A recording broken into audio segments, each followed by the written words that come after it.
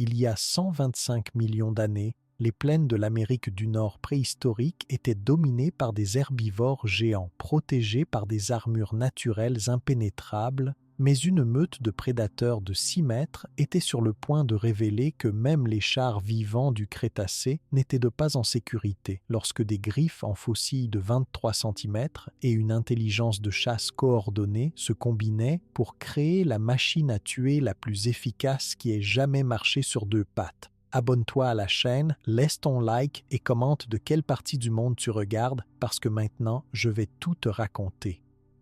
Pourquoi ce dinosaure étrange s'appelle-t-il Utahraptor? Beaucoup de gens ne connaissent pas ce nom. Pourtant, Utahraptor était un animal réel qui a vécu il y a très très longtemps, bien avant les humains et même avant la plupart des autres animaux d'aujourd'hui. Son histoire commence avec la découverte de ses os cachés dans le sol d'un endroit très spécial, que l'on appelle l'Utah, situé au sud des États-Unis d'Amérique. Mais comment les scientifiques ont-ils compris que ce dinosaure était unique? Comment ont-ils trouvé ses restes et pourquoi cela a-t-il changé ce que nous savons sur les dinosaures? Tout a commencé il y a environ 125 millions d'années, pendant une période que les spécialistes nomment le Crétacé. À cette époque, la Terre était très différente. Il n'y avait pas de grandes villes ni d'autoroutes. Des forêts épaisses couvraient le sol. De grands fleuves coulaient doucement entre des plaines humides. L'air était plus chaud que maintenant. Dans cette nature vivait Utahraptor. Des millions d'années plus tard, des êtres humains ont commencé à s'intéresser aux animaux disparus. Ces personnes, que l'on appelle les paléontologues, cherchent des fossiles. Un fossile, c'est un reste d'animal ou de plante très ancien, souvent transformé en pierre avec le temps. Parfois, un fossile peut être un os, une dent, ou même une trace dans la boue devenue dure comme de la roche. Trouver un fossile peut prendre beaucoup de temps et demander de la patience. Dans l'État de l'Utah, au sud du pays appelé les États-Unis d'Amérique, les chercheurs ont trouvé des fragments d'os très gros.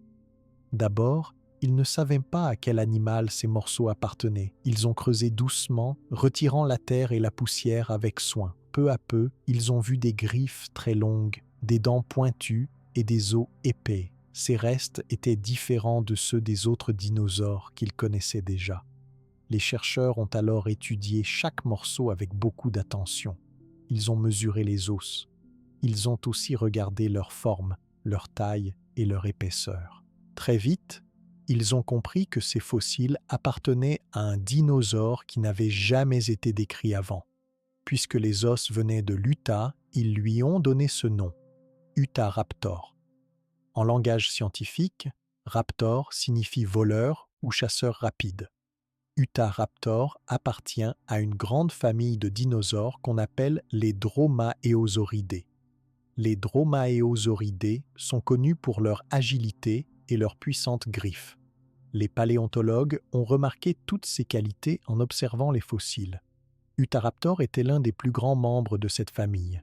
D'habitude, les Dromaeosauridés étaient de taille moyenne, mais Utahraptor impressionnait par ses dimensions. Les os retrouvés montraient que ce dinosaure dépassait tous ses cousins en grandeur et en force. Mais pourquoi la découverte d'Utahraptor est-elle aussi importante? Pour les scientifiques, chaque nouvel os aide à mieux comprendre la vie ancienne. Avant de trouver Utahraptor, on pensait que la famille des Dromaeosauridés ne comptait que des animaux petits et légers. Utahraptor a changé cette idée. Ces fossiles nous montrent qu'il existait aussi de grands prédateurs dans ce groupe. Grâce à cette découverte, les chercheurs ont compris que la nature pouvait fabriquer des chasseurs rapides et puissants de plusieurs tailles, adaptés à différents environnements. Les fossiles d'Utahraptor n'étaient pas complets. Il manquait parfois des parties du squelette, comme la queue ou certains os de la tête. Pourtant, les morceaux retrouvés donnèrent déjà beaucoup d'informations. À partir de quelques os, les spécialistes pouvaient imaginer l'aspect de l'animal entier. Ils utilisaient aussi des connaissances venant d'autres dinosaures proches pour reconstituer ce qui manquait. Souvent, plusieurs fossiles sont trouvés côte à côte. Ce fut le cas avec Utahraptor. Des scientifiques ont repéré plusieurs squelettes dans la même couche de terre. Certains étaient plus grands, d'autres beaucoup plus petits. Cela laissait penser que des Utahraptors pouvaient vivre ensemble, en groupe, comme une famille ou une troupe. Les chercheurs ont alors commencé à poser de nouvelles questions. Pourquoi ces animaux étaient-ils à cet endroit précis? Se nourrissaient-ils ensemble? Les petits restaient-ils près des adultes pour être protégés? Pour résoudre ces questions, les spécialistes étudient les détails de chaque os. Par exemple, ils regardent comment les os sont usés ou cassés. Ils examinent les marques laissées sur les dents ou les griffes. Parfois, une simple fracture dans un os de la patte peut raconter une histoire de chasse ou de défense contre un autre animal. Dans certains cas, les scientifiques trouvent aussi des restes de nourriture dans la zone où les os reposaient. Cela permet de savoir ce que mangeait Utahraptor. Étudier Utahraptor, ce n'est pas seulement observer des pierres, c'est aussi regarder la terre autour, la couleur des couches, le type de roche présente. Ces observations donnent des indices sur le climat de l'époque, la présence de rivières ou de forêts et la façon dont Utahraptor pouvait vivre. Toute la région de l'Utah est riche en fossiles, pas seulement de dinosaures carnivores, mais aussi d'herbivores, de plantes anciennes et même de traces laissées par des animaux dans la boue. Grâce à la découverte d'Utahraptor, les chercheurs comprennent mieux la place des grands prédateurs dans cet environnement. Par exemple, ils savent que le Crétacé était une période avec des plantes abondantes, attirant beaucoup d'herbivores. Les prédateurs comme Utahraptor avaient ainsi assez de nourriture, mais ils devaient aussi affronter d'autres dangers, la concurrence des autres chasseurs, les risques de blessures lors des combats ou encore les changements de climat. Chaque fossile d'Utahraptor possède une histoire à raconter. Parfois, on trouve seulement une dent coincée dans un rocher. D'autres fois, une griffe apparaît, presque intacte, sous une fine couche de sable ancien. Quand les scientifiques extraient ces éléments, ils les nettoient, les étudient et les comparent à ceux d'autres dinosaures. Petit à petit, ils rassemblent des indices, comme des pièces d'un puzzle géant. Utahraptor a une importance particulière pour la compréhension des dinosaures prédateurs en Amérique du Nord. Avant lui, les scientifiques connaissaient surtout des dinosaures géants comme le Tyrannosaurus rex, apparu plus tard, ou des petits chasseurs comme le Vélociraptor d'Asie. Utahraptor était différent, ni aussi massif que les plus gros carnivores, ni aussi petit que les autres dromaeosauridés. Il occupait une place unique, capable de chasser des proies robustes tout en conservant sa rapidité. Les spécialistes continuent de chercher des fossiles dans l'Utah et ailleurs. Parfois, ils trouvent de nouvelles parties du squelette, ou même des indices sur la peau et les plumes de l'animal. Plus les découvertes avancent, plus il devient possible de reconstituer la vie d'Utahraptor, son apparence, ses habitudes, ses déplacements et ses comportements sociaux. Le nom Utahraptor est aujourd'hui mondialement reconnu. Même les enfants qui aiment les dinosaures connaissent quelquefois ce nom grâce à des livres ou des documentaires. Cependant, derrière ce nom et ces images, il y a la patience de dizaines de chercheurs qui passent des années à déterrer, classer, comparer et étudier chaque morceau d'os, chaque fragment trouvé dans la terre de l'Utah. Ce travail ne sert pas seulement à connaître un animal disparu, il permet aussi d'en apprendre beaucoup sur la vie ancienne en général. À quoi ressemblait la Terre? Quels autres animaux vivaient au même moment? Comment les plantes et le climat évoluaient-ils? Tout cela aide les chercheurs à mieux comprendre le passé et à faire des liens avec la vie actuelle sur notre planète. La découverte d'Utahraptor a aussi posé de nouvelles questions. Pourquoi ce dinosaure était-il si grand? Comment chassait-il ses proies? Vivait-il vraiment en groupes organisés? Les réponses viennent lentement, grâce à l'analyse minutieuse de chaque os, de chaque couche de terre et de chaque indice trouvé. Parfois, une nouvelle trouvaille remet même en question tout ce que l'on croyait savoir. En continuant d'explorer la région de l'Utah et d'étudier chaque nouveau fragment découvert, les scientifiques espèrent encore en apprendre davantage sur Utahraptor. Chaque os extrait de la Terre est un trésor de connaissances et offre une fenêtre rare sur le monde très ancien qui existait bien avant l'arrivée des humains. Ainsi, Utahraptor n'est pas seulement un dinosaure de grande taille avec des griffes puissantes. C'est aussi une clé pour comprendre l'histoire de la vie, l'évolution des animaux, les changements du climat et la relation entre prédateurs et proies dans les temps très anciens. Les fossiles retrouvés dans l'état de l'Utah, bien que parfois incomplets, sont la base de tout ce que l'on sait de ce dinosaure extraordinaire. Les paléontologues continuent leurs recherches jour après jour, espérant que le prochain fossile donnera encore plus d'informations sur cet animal fascinant. Grâce à eux, Utahraptor est devenu l'un des plus célèbres et des plus étudiés parmi tous les dinosaures prédateurs. Son histoire continue de captiver tous ceux qui aiment découvrir les secrets cachés sous la terre et qui veulent mieux comprendre la vie qui a existé bien avant la nôtre. La découverte de chaque os d'Utahraptor apporte de nouvelles idées sur la taille et la forme de cet animal impressionnant. Quand les chercheurs observent les fossiles, ils peuvent mesurer la longueur totale du corps, la taille de la tête, la hauteur au niveau des hanches et même le poids approximatif du dinosaure. Les mesures faites sur les fossiles montrent que l'Utahraptor adulte atteignait environ 6 mètres du bout du museau jusqu'à la pointe de la queue. Cela veut dire qu'il fallait plusieurs grandes tables alignées les unes à côté des autres pour représenter la longueur entière de ce dinosaure. Son dos était haut, surtout au niveau des hanches, parce que les pattes arrière étaient très puissantes. À ce niveau, Utahraptor dépassait 1,80 m de hauteur, ce qui est plus grand que de nombreux êtres humains adultes. Chaque partie du corps d'Utahraptor avait une fonction précise pour lui permettre de vivre, de chasser et de se défendre. La tête d'Utahraptor était longue et un peu aplatie. Les orbites, là où se placent les yeux, étaient de bonne taille, ce qui laissait penser qu'il pouvait voir très bien et repérer facilement les autres animaux autour de lui. Sa mâchoire était épaisse et fortement attachée aux os du crâne. Sur la mâchoire, on retrouve plusieurs dents pointues et tranchantes, faites pour couper la chair de ses proies. Les dents sont légèrement recourbées vers l'arrière, ce qui aide Utahraptor à garder la nourriture dans la bouche une fois qu'il l'a attrapée. Le cou d'Utahraptor était court mais extrêmement robuste. Il permettait à l'animal de tenir fermement sa tête pendant qu'il mordait ou quand il tirait sur une proie. Ce cou n'était pas aussi long que celui de certains autres dinosaures, mais il offrait beaucoup de force pour soutenir la tête et agir rapidement pendant la chasse. Le tronc, c'est-à-dire la partie centrale du corps d'Utahraptor, était large et musclé. La colonne vertébrale était solide, composée de nombreuses vertèbres épaisses. Ces vertèbres devaient supporter le poids du corps et permettre à Utahraptor de bouger avec vivacité.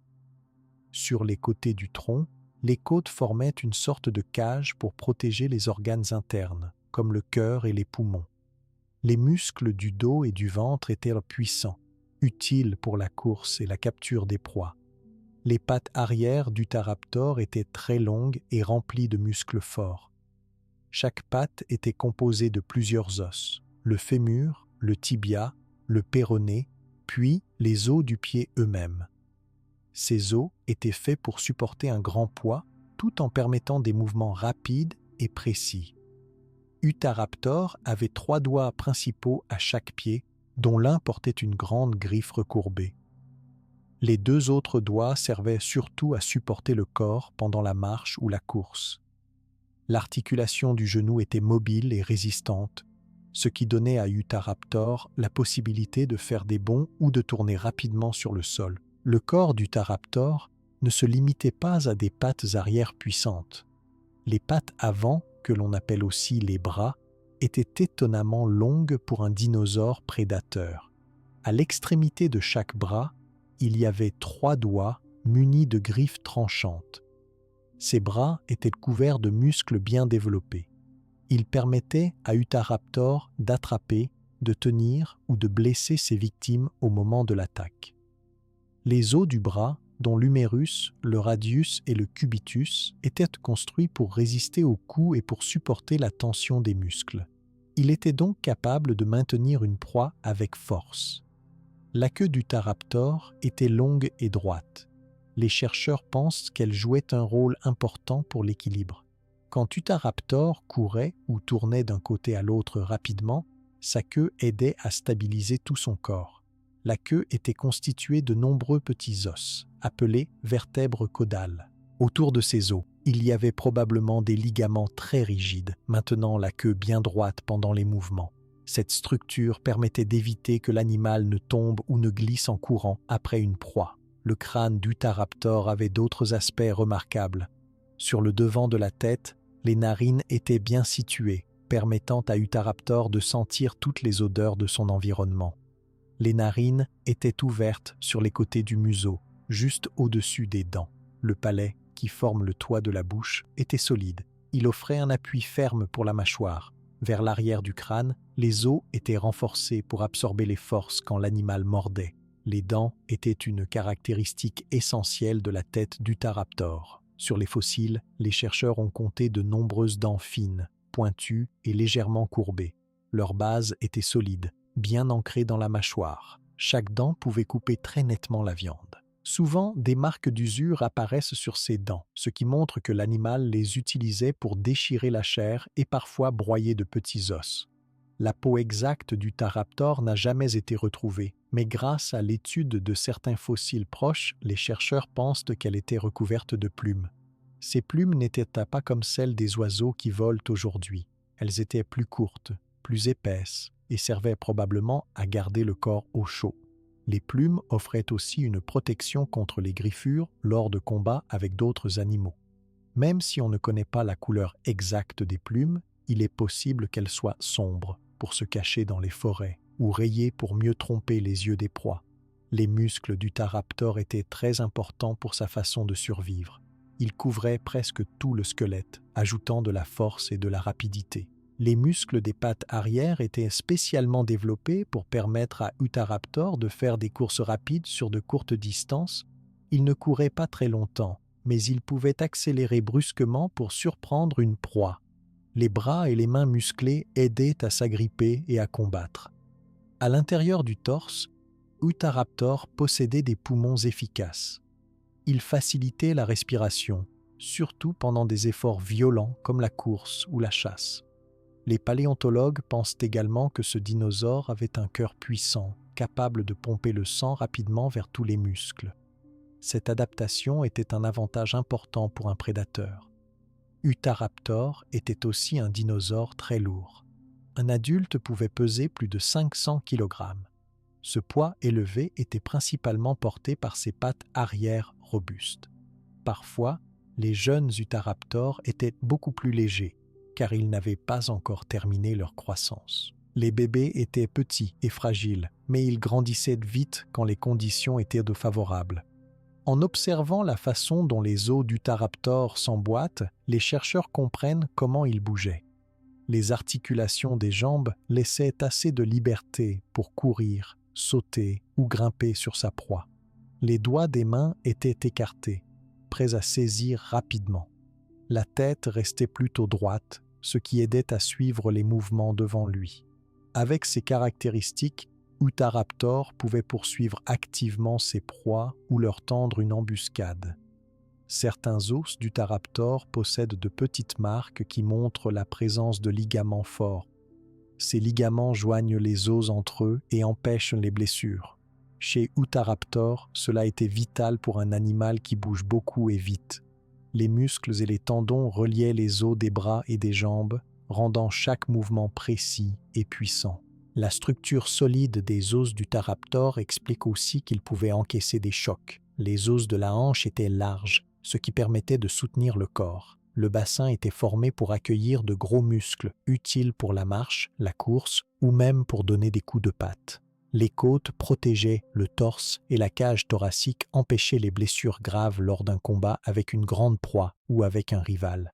Les paléontologues portent une attention toute particulière à la forme et à la taille du crâne. Une tête longue permettait à Utahraptor d'ouvrir grand la mâchoire et de mordre avec force. Les yeux placés sur le côté lui donnaient un large champ de vision. Il pouvait ainsi rester attentif à la fois à la proie devant lui et aux dangers venant des côtés. Utahraptor avait des narines spéciales adaptées pour sentir de loin. Sa vue et son odorat étaient deux sens très importants pour la chasse. Certains chercheurs pensent que ses oreilles étaient aussi efficaces pour entendre des bruits faibles dans la forêt, repérer une proie, sentir son odeur, entendre ses pas sur le sol. Tout cela était possible grâce à la forme particulière de la tête et des organes sensoriels d'Utahraptor. Une autre caractéristique importante de son corps était sa colonne vertébrale flexible. Elle s'étendait du cou jusqu'à la queue. Cette colonne était composée de nombreux petits os mobiles, ce qui donnait beaucoup de souplesse. Utahraptor pouvait tordre son cou pour surveiller les environs, balancer sa queue pour garder l'équilibre ou courber son dos pour bondir sur une proie. La taille de chaque os retrouvé aide à reconstruire Utahraptor du museau jusqu'au bout de la queue. Parfois, les paléontologues utilisent des ordinateurs pour assembler virtuellement chaque morceau manquant à partir des squelettes découverts. Cela leur permet de dessiner le dinosaure en entier, de voir sa posture et de comprendre comment les muscles et la peau s'assemblaient autour des os. Les spécimens retrouvés varient en taille. Il existe de gros Utahraptor adultes et entièrement développés, mais les scientifiques ont aussi trouvé des os plus petits, appartenant à de jeunes individus. Les jeunes n'avaient pas encore toutes les caractéristiques d'un adulte. Leurs os étaient plus fins et leurs muscles moins puissants. Mais déjà, leur forme montrait qu'ils allaient devenir des chasseurs rapides et agiles en grandissant. Lorsque les chercheurs comparent Utahraptor à d'autres membres de la même famille, ils remarquent que ses jambes et ses bras sont beaucoup plus longs et robustes. Son poids supérieur à 500 kg en fait le plus lourd de sa famille connue jusqu'à maintenant. Même sa tête et ses dents sont différentes, ce qui montre que chaque dinosaure a évolué selon ses besoins particuliers. Certains détails trouvés sur les os d'Utahraptor racontent aussi comment il pouvait se battre. Les griffes, par exemple, étaient épaisses et recourbées. Leur base était large, avec des muscles puissants pour les actionner. Lors des attaques, ces griffes entraient rapidement dans la chair des proies ou servaient à repousser des adversaires. Les bras étaient mobiles dans plusieurs directions. Utahraptor pouvait frapper, agripper ou tenir fermement ce qu'il attrapait. Sa structure corporelle s'est développée pour dominer son environnement. La robustesse de son squelette et la disposition de ses membres montrent qu'Utahraptor n'était pas seulement rapide, mais aussi très fort. Son grand corps lui permettait d'attaquer de grandes proies et de se défendre contre des adversaires. Ces fossiles révèlent un animal parfaitement adapté à la vie de prédateur dans un monde rempli de dangers. Les chercheurs poursuivent sans cesse leurs études. Dès qu'ils trouvent un nouvel os, ils vérifient s'il s'agit d'une partie déjà connue ou d'un morceau inédit qui pourrait donner encore plus de détails sur la forme du corps d'Utahraptor. Peu à peu, cette enquête approfondie permet de comprendre chaque aspect de ce dinosaure, de la pointe du museau à l'extrémité de la queue. Utahraptor, par sa taille imposante, sa force et sa constitution très spécialisée, restait l'un des plus grands chasseurs de son époque. Toutes ces caractéristiques physiques contribuaient à en faire un prédateur redouté par les autres animaux qui vivaient avec lui dans les plaines, les forêts et les vallées du Crétacé. Chaque découverte, chaque os analysé apporte une pierre supplémentaire à la connaissance de ce dinosaure si particulier, dont le corps révèle autant d'informations sur sa façon de vivre que sur le monde dans lequel il évoluait. Grâce à sa taille et à sa puissance, le corps d'Utahraptor pouvait porter des armes naturelles très particulières. Les paléontologues ont étudié attentivement chaque partie de ses membres et de ses griffes pour comprendre pourquoi ce dinosaure était un chasseur si efficace. Parmi toutes les caractéristiques observées, la plus impressionnante est la grande griffe recourbée qui se trouvait sur le deuxième doigt de chaque patte postérieure. Cette griffe avait une forme bien spéciale et sa taille atteignait souvent 23 cm, ce qui est très long pour une griffe de dinosaure. La base de cette griffe était solide et large. Au centre, elle était épaisse pour résister à de très fortes pressions. Vers la pointe, la griffe devenait de plus en plus fine et aiguë, ce qui la rendait très dangereuse. Les muscles de la patte connectés à cette griffe étaient eux aussi très puissants, permettant de la bouger rapidement, de la baisser ou de la relever selon les besoins de l'animal. Les os autour de cette griffe étaient renforcés. Les articulations du pied montraient que la griffe pouvait rester relevée pendant la marche normale sans toucher le sol. Cela évitait qu'elle ne s'use inutilement sur la terre ou les pierres. Mais dès qu'Utahraptor préparait une attaque, il pouvait abaisser la griffe en direction de sa cible. Les scientifiques pensent que cette griffe avait plusieurs fonctions utiles au cours de la chasse. Quand Utahraptor s'approchait d'une proie, il s'accroupissait et préparait ses muscles. Avec un bond, il pouvait alors frapper la victime avec la griffe relevée et la planter très fort dans la chair. Cette blessure provoquait beaucoup de douleur chez l'animal attaqué et pouvait même l'arrêter immédiatement s'il recevait le coup à un endroit vital. La forme recourbée de la griffe aidait à accrocher les tissus et à tirer dessus si besoin. Parfois, Utahraptor pouvait utiliser ses deux pattes en même temps, infligeant ainsi une double blessure avec ses griffes. Sur la main, Utahraptor possédait également 3 doigts munis de griffes plus petites mais très tranchantes. Chacune de ces griffes était longue et légèrement courbée. Les bras étaient robustes et souples. Il pouvait les ouvrir largement pour saisir une proie ou les refermer rapidement pour maintenir fermement une victime en place.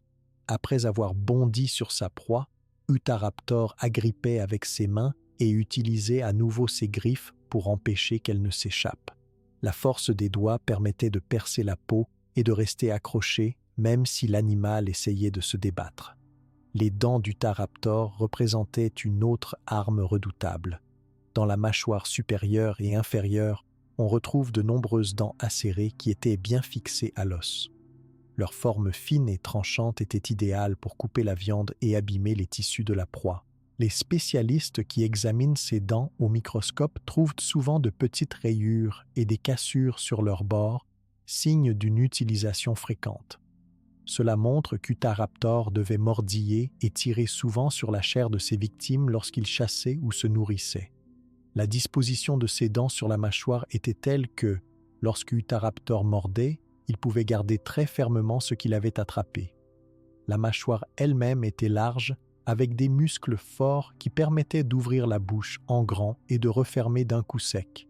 Chaque dent, courbée vers l'arrière, empêchait la proie blessée de s'échapper.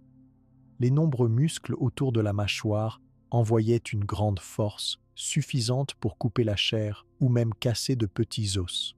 Ce dinosaure possédait donc un assemblage d'armes très efficaces pour la chasse et la défense contre d'autres animaux. Les jambes puissantes lui donnaient la vitesse nécessaire pour s'approcher rapidement de la proie. Les griffes géantes servaient aussi bien pendant l'attaque que lors des combats contre d'autres prédateurs. Les bras longs et forts, équipés de griffes tranchantes, étaient parfaits pour attraper et empêcher une victime de fuir. Les dents et la mâchoire permettaient enfin de mordre et de découper la nourriture en morceaux faciles à avaler.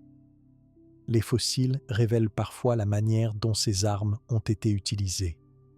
Sur certains os retrouvés avec les os d'Utahraptor, les paléontologues ont trouvé des traces de griffures profondes et des marques de dents.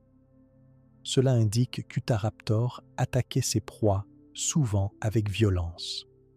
Les marques sur les os de grands herbivores montrent que même les animaux très robustes n'étaient pas à l'abri d'une telle attaque. La combinaison de griffes et de dents laissait très peu de chance aux victimes de s'échapper sans blessures graves. Certains experts ont aussi examiné comment Utahraptor pouvait protéger ses propres membres pendant les combats. Les griffes des pattes avant et arrière étaient protégées par des gaines de kératine, un matériau très solide qui existe aussi sur les griffes des oiseaux modernes. Cette gaine limitait l'usure et permettait aux griffes de rester toujours bien aiguisées. La disposition des doigts de la main et du pied était telle que, même en frappant violemment, Utahraptor ne risquait pas de se casser une griffe facilement. Fonctionner avec toutes ces armes naturelles demandait beaucoup d'entraînement. Les jeunes Utahraptor, dès leur plus jeune âge, devaient apprendre à utiliser leurs griffes et leurs dents. Les adultes leur montraient comment bondir sur une proie, comment viser le bon endroit avec la griffe ou comment mordre sans lâcher. Grandir au sein d'un groupe facilitait cet apprentissage car chaque membre pouvait observer les attaques et participer lors de la capture d'une nourriture. Sur le plan du squelette, il existe des petites différences entre les griffes des membres avant et celles des membres arrière. Les griffes des avant-bras étaient moins longues que la grande griffe du pied, mais elles étaient plus mobiles et pouvaient tourner légèrement. Cela donnait à Utahraptor la possibilité de manipuler ses proies, de les retourner ou de les maintenir au sol avec précision. Les doigts de la main étaient également très souples. Ils pouvaient se recourber pour attraper fermement ce qu'ils touchaient. Les analyses des fossiles montrent que la grande griffe du pied n'était pas utilisée tout le temps. Quand Utahraptor marchait doucement ou restait immobile, cette griffe ne touchait pas le sol. Mais en cas d'attaque ou de danger, l'animal tendait ses muscles, abaissait la griffe et s'en servait comme d'une arme redoutable. Le système musculaire autour du pied, composé de tendons épais, aidait à maintenir la griffe bien en place au moment du choc. Cette griffe du pied n'était pas seulement faite pour attaquer, elle servait aussi de moyen de défense. Quand Utahraptor se retrouvait attaqué par un rival ou un autre prédateur plus grand, il pouvait donner de grands coups de patte pour protéger le territoire ou les membres du groupe. Même les adultes devaient se méfier les uns des autres pendant la saison où la nourriture manquait. Les bagarres étaient parfois violentes et la grande griffe faisait la différence. Les bras d'Utahraptor jouaient, eux aussi, un rôle important dans la chasse et la défense. Leur longueur permettait d'attraper des proies qui tentaient de s'échapper sur les côtés. Les muscles longs et puissants des avant-bras donnaient une grande souplesse pendant l'attaque. Cela permettait à Utahraptor de tirer la victime vers lui et de la tenir pendant qu'il utilisait ses dents pour mordre. Le crâne renforcé et la mâchoire flexible complétaient l'arsenal de chasse. Les muscles autour des joues et du haut de la tête étaient très développés, ce qui donnait beaucoup de force à chaque morsure. Les scientifiques qui reconstituent le crâne d'Utahraptor remarquent aussi que la mâchoire pouvait s'ouvrir grand, ce qui facilitait la prise de gros morceaux de viande. Les dents pointues découpaient la viande avec précision. Après la chasse, Utahraptor utilisait ses dents et ses griffes pour déchirer la proie. Parfois, il pouvait partager la nourriture avec d'autres membres de son groupe, chacun tirant sur un morceau grâce à la force de ses mâchoires ou en s'aidant de ses griffes pour séparer les parties les plus dures. Les griffes de la main servaient aussi à arracher les parties dures ou à retourner la peau d'un animal tué afin de manger la chair plus facilement accessible. Les paléontologues pensent qu'Utahraptor pouvait aussi utiliser ses griffes pour creuser ou déplacer le sol, surtout lorsqu'il préparait un nid pour pondre des œufs ou lorsqu'il recherchait de la nourriture cachée sous la terre. Les marques laissées sur certains emplacements fossiles suggèrent que l'animal savait manipuler son environnement et adapter l'usage de ses griffes à différents besoins, pas seulement à la chasse. Les os autour des griffes montrent des signes de réparation, ce qui veut dire que ces parties pouvaient se blesser, mais aussi guérir. Un Utahraptor blessé pouvait attendre que la griffe repousse ou se répare avant de continuer à chasser. Les tissus durs protégèrent la base des griffes, ce qui réduisait les risques de blessures trop graves. La grande taille des griffes et des dents montrait à tous les autres animaux qu'Utahraptor était un adversaire dangereux. Même les autres carnivores de son époque devaient rester prudents lorsqu'ils approchaient un Utahraptor adulte dans la nature. Les traces fossiles indiquent que la simple présence d'un Utahraptor suffisait à éloigner certains animaux d'un point d'eau ou d'une zone de nourriture, surtout pendant la période sèche. Les paléontologues s'intéressent aussi à la croissance des griffes et des dents. Chez les jeunes, les griffes commencent petites mais grandissent à mesure que l'animal vieillit. Les dents, elles, pouvaient tomber et repousser plusieurs fois au cours de la vie d'Utahraptor. Cela signifie qu'il disposait toujours d'armes efficaces, même s'il perdait une dent ou cassait une griffe lors d'un combat ou d'une chasse difficile. Le squelette d'Utahraptor, les griffes, les dents et l'ensemble du crâne travaillaient ensemble comme un système complet d'attaque et de défense. Chaque élément renforçait les autres. Cela explique pourquoi Utahraptor était si bien équipé pour survivre, même dans un monde où la compétition et le danger étaient constants. Chaque découverte d'os ou de dents apporte de nouveaux détails sur la manière dont ce chasseur utilisait ses armes naturelles dans toutes les situations du quotidien. L'ensemble de ces caractéristiques fait de l'Utahraptor un carnivore vraiment unique parmi tous les dinosaures. L'étude approfondie de ses griffes et de ses armes naturelles aide les chercheurs à comprendre comment il réussissait à mener des chasses efficaces, à se défendre contre d'autres prédateurs et à assurer la survie de son groupe dans un environnement souvent difficile. L'efficacité de ses armes naturelles, associée à sa force physique et à son agilité, a permis à Utahraptor de devenir l'un des prédateurs les plus remarquables de la période du Crétacé. La vie d'Utahraptor ne reposait pas seulement sur sa force et ses armes redoutables, mais aussi sur la relation avec les autres membres de son espèce. Des indices trouvés dans la terre, autour des fossiles, montrent que l'Utahraptor vivait souvent en groupe. Plusieurs os de différents individus ont été retrouvés très proches les uns des autres, parfois dans le même endroit, ce qui indique que ces animaux se déplaçaient ensemble. Certains os étaient plus gros, d'autres plus petits, ce qui veut dire qu'il y avait des adultes mais aussi des jeunes au sein du même groupe. Lorsque les chercheurs analysent ces groupes d'os, ils remarquent que les squelettes ne sont pas toujours alignés n'importe comment. Souvent, les morceaux de fossiles suivent un ordre particulier, comme s'ils appartenaient à des individus qui sont morts ensemble après une activité commune, par exemple après une chasse difficile ou lors d'une catastrophe naturelle. Les traces de griffes et de dents sur les carcasses d'autres dinosaures retrouvées près des os d'Utahraptors appuient l'idée d'une attaque d'équipe. Ces marques révèlent que les Utahraptors pouvaient organiser une chasse coordonnée où chaque animal jouait un rôle précis du début à la fin de l'attaque. La vie en groupe offrait de nombreux avantages au quotidien. Lorsqu'un Utahraptor était seul, la chasse était bien plus dangereuse. En travaillant ensemble, le groupe pouvait attaquer des proies beaucoup plus grandes et difficiles à vaincre. Avec plusieurs individus, il était possible d'encercler la proie, de couper ses chemins de fuite et de la fatiguer jusqu'à ce qu'elle ne puisse plus se défendre. Chacun dans le groupe pouvait frapper à un moment différent, causant plusieurs blessures et empêchant la victime de se concentrer sur un seul adversaire. Parfois, certains Utahraptors utilisaient leurs griffes pour attaquer les jambes de la proie, alors que d'autres mordaient au cou ou au dos. Cette organisation augmentait beaucoup les chances de succès lors d'une chasse. L'intelligence sociale d'Utahraptor était visible à travers ses comportements de groupe.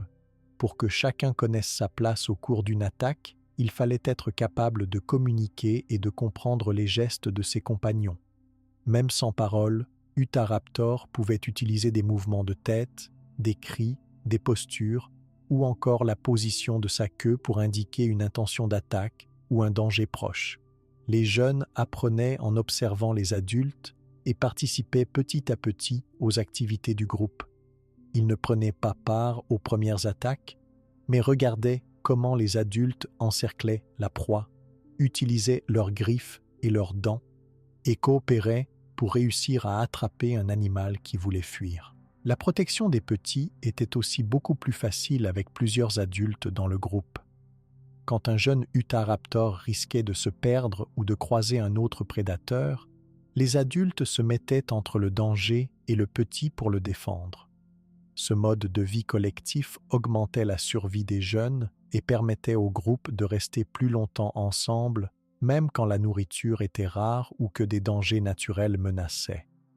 L'organisation du groupe fonctionnait selon des règles simples mais efficaces. Les plus vieux enseignaient aux plus jeunes comment utiliser leurs griffes, comment approcher une proie sans se faire remarquer et comment éviter de gaspiller trop d'énergie.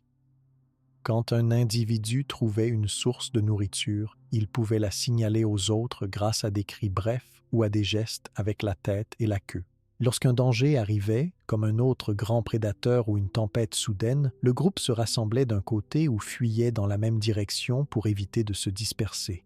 Parfois, les groupes d'Utahraptors étaient accompagnés d'autres animaux, par exemple plusieurs bébés et de jeunes d'âges différents. On retrouvait alors un groupe qui avançait en file, les adultes devant et les jeunes au centre. Cette disposition permettait de garder tout le monde en sécurité durant les déplacements. Si un jeune était malade ou blessé, ils pouvaient rester au centre du groupe et recevoir l'aide des adultes pendant la marche ou la chasse. Les adultes faisaient attention à chaque mouvement du groupe pour s'assurer que personne ne soit laissé de côté. La hiérarchie à l'intérieur du groupe était très utile. Les plus forts et les plus expérimentés menèrent le groupe lors des chasses. Les autres membres suivaient, observaient et copiaient leurs gestes. Ce système permettait d'utiliser au mieux les compétences de chaque Utahraptor, car certains étaient plus rapides, d'autres plus habiles à mordre, et d'autres encore meilleurs pour surveiller les alentours en cas de danger. À chaque membre du groupe correspondait un rôle bien précis durant la chasse ou la défense.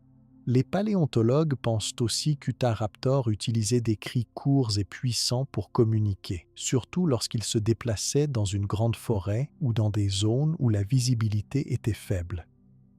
Les os du crâne montrent des espaces qui auraient pu servir à amplifier les sons. Cette capacité à s'appeler à distance était pratique pour rassembler le groupe, repérer les jeunes égarés ou avertir d'un danger imminent. Quand la chasse était terminée, les cris et les gestes étaient aussi utiles pour indiquer à chacun là où la nourriture était disponible. Les déplacements du groupe suivaient souvent les points d'eau et les zones riches en proies herbivores. Le climat chaud et la végétation dense attiraient beaucoup de grands animaux qui servirent de repas aux Utahraptors. Durant les périodes de sécheresse, le groupe pouvait parcourir de très longues distances pour trouver assez de nourriture. Les déplacements en groupe facilitèrent la recherche de nouveaux territoires et protégeaient les membres contre d'autres prédateurs. Pendant la migration, chacun restait attentif et les jeunes restaient entourés de plusieurs adultes en toutes circonstances. Quand venait le moment de chasser, toute l'organisation sociale du groupe se mettait en place. Les Utahraptors utilisaient leur vitesse pour encercler la proie et leur coordination pour décider du moment exact de l'attaque. L'intelligence collective compensait parfois le désavantage face à une proie plus grosse ou mieux armée. Les tactiques de chasse pouvaient changer selon la taille de la victime, la structure du terrain ou la présence d'autres animaux. Parfois, les Utahraptors restaient tapis dans la végétation et avançaient lentement, silencieux, jusqu'au moment décisif. D'autres fois, ils fonçaient ensemble, surprenant totalement la proie avant qu'elle ne puisse réagir. Une fois la proie renversée, la nourriture était partagée. Les adultes les plus puissants prenaient leur part en premier, puis laissèrent les plus jeunes s'approcher. Chacun avait sa place autour de la carcasse. Pour éviter les disputes, des signaux précis étaient faits avec la queue ou la tête. Si un membre devenait trop agressif, les autres pouvaient montrer des signes de menace, par exemple en ouvrant grand la bouche ou en relevant la queue pour signaler leur mécontentement. Le groupe jouait aussi un rôle essentiel dans la défense du territoire. Quand d'autres prédateurs approchaient ou tentaient de voler la nourriture, les Utahraptors se rassemblaient tous pour faire fuir l'intrus. Parfois, ils montrèrent les dents, donnèrent des coups de griffe ou utilisaient leurs cris puissants pour impressionner et protéger la zone de chasse. Grâce à la solidarité du groupe, ils pouvaient garder leur territoire pendant longtemps et s'assurer d'avoir toujours assez de nourriture pour survivre même pendant les périodes difficiles. Entre membres du groupe, on observait aussi des comportements d'entraide. Lorsqu'un Utahraptor était fatigué, blessé ou malade, il pouvait rester à l'arrière du groupe, protégé par ceux qui étaient en meilleure forme. Les jeunes recevaient une attention spéciale, car ils étaient plus vulnérables aux maladies, aux attaques et aux dangers naturels. Les adultes surveillaient régulièrement l'état des petits et les aidaient à reprendre des forces après une longue marche ou un mauvais temps. L'apprentissage entre générations renforçait la cohésion du groupe. Les jeunes regardaient attentivement chaque mouvement des adultes lors de la chasse ou de la défense du territoire, puis, petit à petit, essayaient de reproduire les mêmes gestes, d'abord sur des petites proies, ensuite sur des plus grandes. Les adultes corrigeaient les erreurs, montraient les bonnes tactiques et rassuraient les petits en cas de danger. Grâce à cette éducation permanente, chaque nouvel Utahraptor devenait à son tour un chasseur efficace et un membre solide du groupe. Quand venait le moment de la reproduction, la vie collective prenait encore plus d'importance. Plusieurs femelles pouvaient pondre leurs œufs au même endroit, formant un nid commun protégé par tous les adultes. Ce système collectif augmentait les chances de survie des petits, car il y avait toujours un adulte pour surveiller les alentours ou pour défendre le nid contre les voleurs d'œufs. Les liens sociaux restaient ainsi forts du début à la fin de la vie des Utahraptors. Il arrivait que le groupe doive faire face à de graves dangers, incendies de forêt, attaques de grands prédateurs, manque d'eau ou de nourriture. Dans ces situations, la force du groupe était encore plus visible. Les Utahraptors cherchaient de nouveaux territoires ensemble, partagèrent leur énergie et leurs ressources pour se maintenir en vie. Personne n'était abandonné sans aide et la solidarité augmentait leurs chances de franchir les périodes difficiles. La communication à l'intérieur du groupe était essentielle pour chaque activité, de la chasse à la migration, de l'éducation des jeunes à la protection des territoires. Les signaux sonores, les gestes, la posture du corps et l'attention portée à chaque membre formaient un langage complexe et efficace. Ce langage silencieux, mais riche en informations, aidait à transmettre des ordres, à donner des alertes et à organiser chaque action collective. Même s'il pouvait y avoir des disputes, des conflits ou des rivalités à l'intérieur du groupe, ces tensions étaient souvent résolues par des démonstrations de force ou par l'intervention des membres les plus expérimentés. L'équilibre du groupe reposait sur la confiance et l'expérience, chaque individu sachant qu'il pouvait compter sur les autres en cas de difficulté. Vivre en groupe demandait des compromis, partager la nourriture, s'entraider et protéger les petits. Mais tout cela permettait à l'espèce Utahraptor de rester forte et de traverser de nombreuses générations. Grâce à cette organisation, les Utahraptors laissaient une marque importante dans leur environnement, influençant aussi la vie des autres animaux autour d'eux. La présence constante du groupe d'Utahraptors modifiait l'organisation de tout l'écosystème là où ils vivaient. Leur capacité à chasser ensemble, à défendre leur territoire, à éduquer leurs jeunes et à survivre aux épreuves faisait d'eux une espèce très adaptée à la vie du Crétacé. Leurs os retrouvés côte à côte dans la terre racontent encore aujourd'hui l'histoire de cette solidarité et de cette vie en équipe, qui ont fait d'Utahraptor un animal unique parmi les dinosaures prédateurs. La vie en groupe chez l'Utahraptor permettait de mettre en place des stratégies de chasse très avancées, car attraper une grande proie n'était jamais une tâche facile. Pour survivre, Utahraptor devait trouver de la nourriture en quantité suffisante et cela impliquait de choisir des cibles capables de fournir assez de viande pour tout le groupe. Les plantes ne faisaient donc pas partie du régime alimentaire d'Utahraptor. Ce prédateur mangeait presque uniquement de la viande provenant d'autres dinosaures ou d'animaux de grande taille. Les traces fossiles et les restes de proies retrouvés dans la même région donnent des informations précieuses sur ce qu'Utahraptor pouvait chasser et comment il s'y prenait. Les principales proies d'Utahraptor étaient souvent des herbivores très imposants, comme les iguanodons. Ces animaux pouvaient mesurer plusieurs mètres de long et peser des centaines de kilogrammes.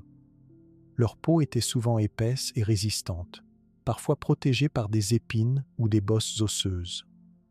Pour attaquer un animal de cette taille, le groupe d'Utahraptor devait agir avec beaucoup d'organisation et de coordination.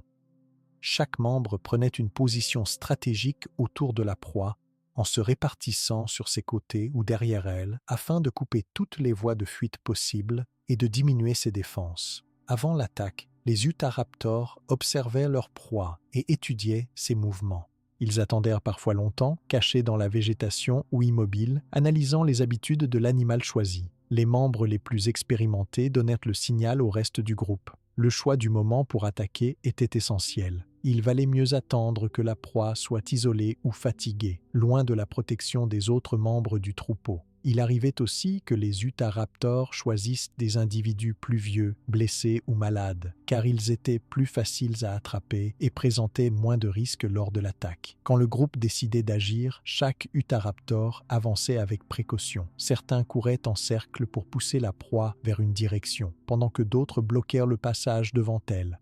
Les mouvements étaient rapides et coordonnés, chaque membre du groupe réagissant aux gestes des autres.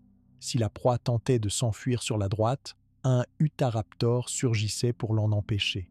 Si elle voulait revenir en arrière, d'autres membres du groupe se mettaient en travers de son chemin. Peu à peu, la proie était encerclée et commençait à fatiguer.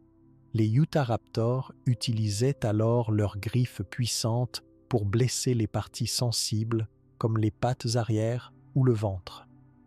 La grande griffe du pied, qui était courbée et très tranchante, servait à provoquer des blessures profondes. En un seul coup, cette griffe pouvait ouvrir la peau de la proie et causer une hémorragie. Les dents acérées aidaient ensuite à mordre et à arracher des morceaux de chair. Pendant que certains Utahraptors attaquaient de front, d'autres restaient en retrait, prêts à intervenir si la proie blessée essayait de se défendre ou de fuir. Cette tactique obligeait la proie à tourner en rond, à gaspiller son énergie, jusqu'à ce qu'elle tombe au sol sous l'effet de la fatigue ou de ses blessures. Utahraptor ne chassait pas uniquement les plus grands herbivores. Il attaquait parfois des animaux plus jeunes, ceux qui étaient séparés du groupe familial. Les petits étaient en effet une cible plus facile, car ils étaient moins rapides et moins bien protégés par leur taille et leur peau. Les chercheurs ont retrouvé dans certains nids fossiles des fragments d'os et de dents d'animaux de tailles différentes, montrant que le régime alimentaire d'Utahraptor pouvait varier en fonction des opportunités du moment et de la disponibilité des proies. Les tactiques de chasse d'Utahraptor ne se limitaient pas à la force brute. Parfois, le groupe utilisait le relief du terrain pour gagner un avantage. S'il y avait une pente, un fossé ou une rivière à proximité, les Utahraptors pouvaient pousser la proie vers cet obstacle pour l'affaiblir. Quand la proie tombait ou se coinçait dans un endroit difficile, il devenait beaucoup plus facile de l'attaquer sans courir de danger. Les chercheurs pensent que l'intelligence collective du groupe aidait à choisir l'endroit le plus favorable pour tendre une embuscade ou piéger la victime. Lorsque la proie était à terre, les Utahraptors agissaient très vite pour commencer le repas. Les plus forts déchiraient la peau et la chair à l'aide de leurs dents et de leurs griffes. Les autres membres du groupe attendaient leur tour autour de la carcasse, prêts à s'approcher dès que les premières parties de viande étaient accessibles. Ce partage de la nourriture permettait à l'ensemble du groupe de survivre, des adultes aux plus jeunes. Les marques retrouvées sur les os fossiles montrent que parfois, différents Utahraptors mangeaient ensemble sur la même carcasse, laissant leurs traces de dents côte à côte sur les os de la proie. Pour Utahraptor, choisir la proie à attaquer représentait un moment très important. Les grands herbivores n'étaient pas seuls dans la nature. Ils vivaient souvent en troupeaux, se protégeant les uns les autres. Lorsque le groupe d'Utahraptors s'approchait, il fallait faire attention aux adultes les plus forts du troupeau, capables de charger ou de donner des coups de queue pour repousser une attaque. La prudence était donc essentielle pendant chaque chasse. Si un membre du groupe était blessé ou mettait le groupe en danger, il arrivait que les Utahraptors abandonnent l'attaque pour éviter des pertes inutiles. Cette capacité à évaluer le risque et à changer de tactique faisait partie de l'intelligence sociale de l'espèce. Certains animaux herbivores possédaient des armes pour se défendre. Par exemple, des pointes sur le dos, de grandes griffes ou une armure naturelle sur la peau. Les Utahraptors devaient alors viser les parties non protégées, utiliser leurs griffes contre le ventre ou la gorge, ou attendre que la proie fasse une erreur de mouvement. La patience était une qualité chez Utahraptor. Ils pouvaient rester cachés longtemps, déplacer le groupe lentement autour de la proie et ne donner le signal de l'attaque que lorsque toutes les conditions étaient réunies. Il existait parfois une coopération entre différents groupes de prédateurs du Crétacé ou alors une compétition difficile pour le même territoire de chasse. Lorsque plusieurs Utahraptors se retrouvaient près d'une carcasse, ils devaient faire preuve d'organisation pour éviter les combats entre eux et contre d'autres carnivores. Parfois, d'autres espèces de chasseurs, plus petites ou moins nombreuses, étaient chassées par la force ou la menace collective des Utahraptors adultes. Les cris, les déplacements de groupe et la démonstration de la puissance des griffes servaient alors à intimider les concurrents et à s'emparer de la nourriture. Les Utahraptors utilisaient aussi des techniques spéciales pour chasser la nuit ou par temps sombre.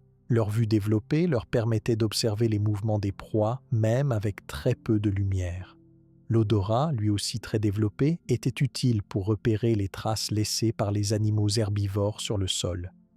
Avec ces outils sensoriels, Utahraptor pouvait suivre une piste pendant longtemps, même jusqu'à une proie cachée dans la végétation ou derrière des arbres. Les membres du groupe communiquaient entre eux avec des sons discrets ou des gestes pour ne pas effrayer la proie avant le moment décisif de l'attaque.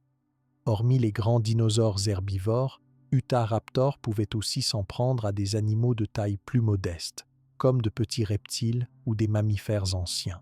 Ces repas plus rapides à capturer servaient souvent à nourrir les jeunes qui ne pouvaient pas encore participer aux grandes chasses collectives. Il arrivait également d'explorer le sol à la recherche d'œufs enfouis, abandonnés ou laissés par d'autres espèces pendant la saison de la ponte. Cette diversité du régime alimentaire ajoutait une sécurité quand les grandes proies se faisaient rares. Les chasseurs de la taille d'Utahraptor devaient parfois partager ou défendre leur territoire contre d'autres prédateurs puissants. Il arrivait que plusieurs groupes se rencontrent et que la compétition pour une même proie entraîne des conflits bruyants.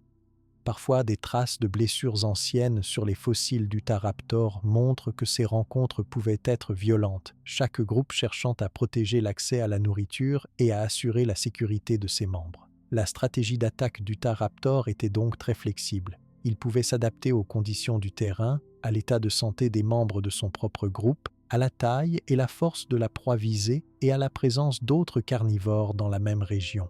Cette capacité à modifier la tactique en fonction du contexte montre un niveau d'intelligence collective assez avancé. Les jeunes Utahraptor apprenaient ces techniques d'observation, de patience et de coopération dès leur plus jeune âge en suivant les adultes et en regardant le groupe s'organiser. Après chaque chasse réussie, le groupe d'Utahraptors devait rester attentif pour éviter que d'autres animaux viennent voler la carcasse. Les adultes gardèrent la nourriture pendant que les plus jeunes mangeaient. Parfois, si le groupe avait capturé une très grande proie, il pouvait revenir plusieurs fois sur le même lieu pour finir de manger la carcasse jusqu'à ce qu'il n'en reste plus rien. Dans ces cas, il était important de rester prudent, car l'odeur de la chair pouvait attirer d'autres prédateurs affamés ou même des charognards plus petits qui profitaient des restes. Les stratégies utilisées par Utahraptor ont fasciné les chercheurs, car elles montrent que même il y a 125 millions d'années, certains animaux utilisaient déjà la coopération pour survivre. L'étude des traces, des os retrouvés avec des marques de dents, des griffes et des blessures, ainsi que la distribution des fossiles dans une même région, permet de reconstituer les habitudes alimentaires de ce dinosaure incroyable. Le mode de chasse et le choix des proies influençaient toute l'organisation de la vie d'Utahraptor. Trouver suffisamment de viande pour nourrir l'ensemble du groupe demandait des efforts constants, des déplacements parfois sur de longues distances et une adaptation parfaite à l'environnement. Même si la vie était difficile, la capacité à organiser l'attaque, à partager les rôles et à ajuster les tactiques selon les situations faisait des Utahraptors des chasseurs très efficaces dans leur milieu naturel, capables de maintenir l'équilibre de la faune autour d'eux. L'adaptation de leur comportement aux grandes proies, la vigilance nécessaire pendant et après la chasse, ainsi que la gestion de la nourriture, montrent que l'Utahraptor possédait des compétences variées pour survivre dans un monde rempli de dangers et de défis constants. Ces compétences jouaient un rôle important pour la survie quotidienne du groupe et permettaient à l'espèce de prospérer dans les paysages variés et parfois hostiles du Crétacé. Pour qu'Utahraptor réussisse toutes ces stratégies de chasse, son corps devait être adapté à la rapidité, à l'agilité et à la force. Plusieurs détails dans la structure de ses os et dans la forme de son corps montrent comment ce dinosaure était conçu pour se déplacer vite et réagir rapidement à chaque mouvement des proies ou des dangers. Les paléontologues qui étudient ces fossiles se penchent surtout sur la forme et la fonction de ses pattes, la répartition de ses muscles, la longueur de sa queue et la présence probable de plumes sur son corps. Les pattes arrière d'Utahraptor étaient longues et musclées. Les os qui les composaient étaient solides et s'imbriquaient parfaitement. On trouvait d'abord le fémur, un os épais qui reliait la hanche au genou. Juste en dessous, il y avait le tibia et le péroné, deux autres os robustes qui facilitaient la course et la stabilité sur toutes sortes de terrains. Les articulations des jambes permettaient de plier et d'étendre rapidement la patte, donnant à Utahraptor une impulsion très forte à chaque saut ou à chaque départ brusque. Ce genre de mouvement était important pour l'attaque, mais aussi pour éviter d'être blessé pendant la chasse ou la fuite. Les pieds d'Utahraptor étaient également conçus pour l'agilité. Ils étaient formés de 3 doigts principaux, chacun assez long et mobile. Le deuxième doigt portait la grande griffe recourbée, qui restait normalement relevée pendant la course, sans toucher le sol. Les 2 autres doigts, plus courts, supportèrent le poids du corps et aidaient à la propulsion. Cette répartition donnait à Utahraptor une très bonne stabilité, même lorsqu'il devait tourner rapidement pour poursuivre une proie ou changer de direction. La force musculaire des pattes était essentielle. De gros muscles partaient du bassin et descendaient le long des cuisses jusqu'aux pieds. Ces muscles servaient de moteur pour accélérer d'un seul coup ou bondir à plusieurs mètres de distance. Cette force musculaire ne s'arrêtait pas aux pattes arrière. Les bras, eux aussi, étaient puissants et couverts de muscles robustes. Ils permettaient à Utahraptor de saisir une proie, de la maintenir ou de la blesser lors d'une attaque. Les articulations des bras étaient mobiles. Chaque bras pouvait se plier, se tendre et bouger dans plusieurs directions, ce qui rendait les mouvements très précis et efficaces. La longueur de la queue d'Utahraptor était un autre élément clé pour l'agilité. Les os de la queue, appelés vertèbres caudales, étaient très nombreux et assez courts. Ils étaient entourés de ligaments rigides qui maintenaient la queue droite ou légèrement courbée en fonction du mouvement. Pendant la course, Utahraptor utilisait sa queue pour garder l'équilibre et éviter de tomber, surtout quand il devait tourner rapidement ou bondir sur sa proie. Quand il changeait de direction, la queue bougeait dans le sens opposé pour compenser le décalage du corps, empêchant l'animal de glisser.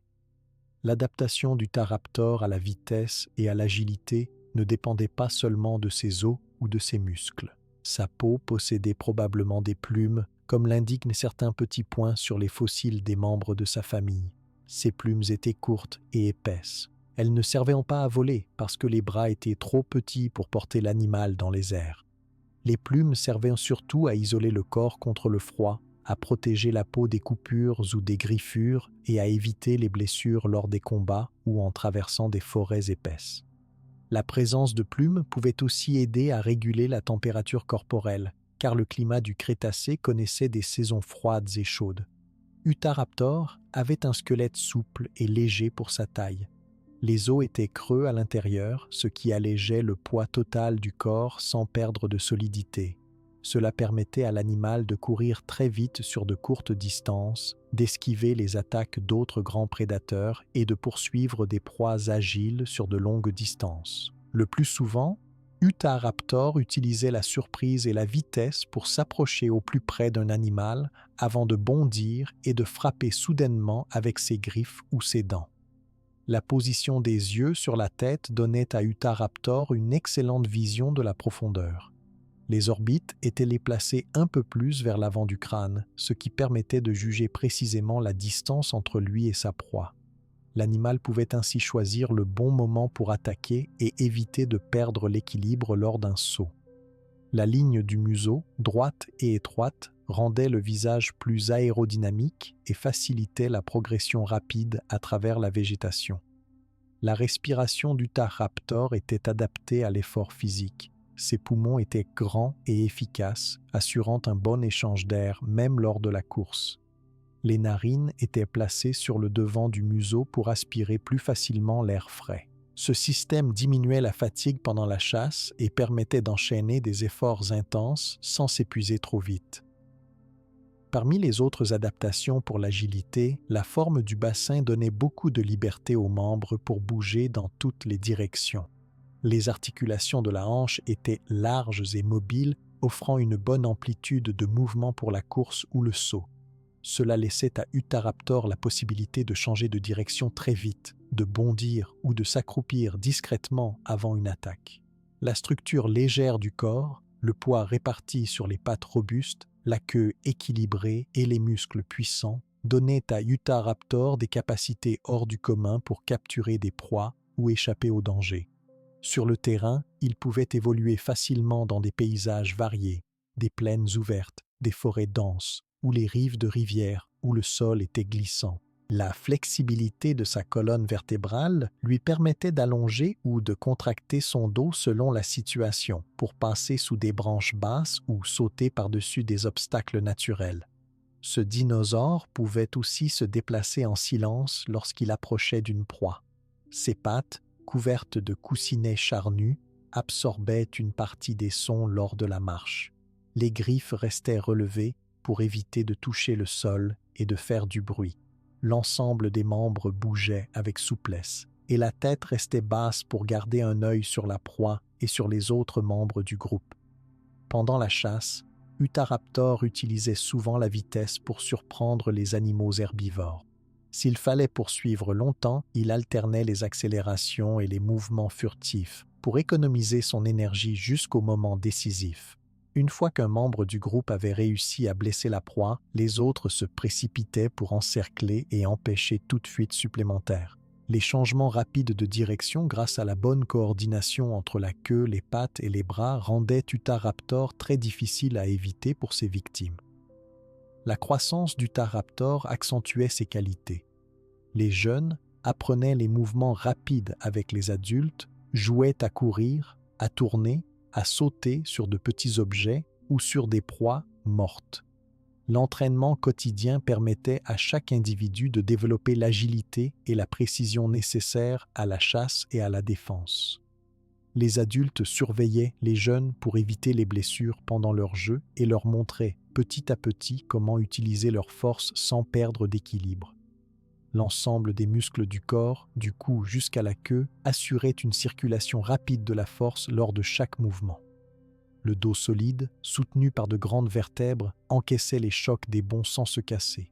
Les ligaments, reliés à chaque articulation, absorbaient les pressions et protégèrent les os contre l'usure ou les blessures lors d'efforts répétés. La protection offerte par les plumes était particulièrement importante lors de déplacements dans d'épaisses forêts. La nature du Crétacé n'était pas toujours ouverte. Il arrivait qu'Utahraptor doivent traverser des buissons serrés ou marcher sur des sols recouverts de branches, de pierres ou de feuilles coupantes. Les plumes courtes évitaient les blessures superficielles. Elles empêchaient aussi l'eau froide de pénétrer jusqu'à la peau pendant la saison des pluies. Pour les jeunes, le duvet offrait un supplément de protection contre le froid, ce qui facilitait leur survie pendant les nuits fraîches. Le rôle de la queue dans la vie de tous les jours allait bien au-delà de l'équilibre lors de la course. En cas de danger, Utahraptor pouvait s'en servir pour donner un coup sec afin de déséquilibrer un adversaire ou pour envoyer un signal d'alerte aux autres membres du groupe. Quand il était immobile et devait surveiller la zone, il gardait la queue tendue derrière lui pour être prêt à réagir au moindre signal. La répartition des forces dans le corps dépendait de la taille de chaque individu. Les plus adultes étaient capables d'atteindre des vitesses plus grandes et de supporter un plus long effort. Les jeunes restaient plutôt dans la sécurité du groupe, s'entraînaient en arrière pendant que les adultes chassaient et apprenaient par l'observation avant de rejoindre les attaques. Avec l'âge, chaque individu modifiait sa morphologie, gagnait des muscles, apprenait à se déplacer plus vite et à utiliser au mieux la queue, les pattes et les griffes. Les fossiles montrent aussi que certains Utahraptors pouvaient se blesser. Une articulation malmenée, une fracture ou une usure des griffes pouvaient ralentir l'animal, mais la guérison était possible.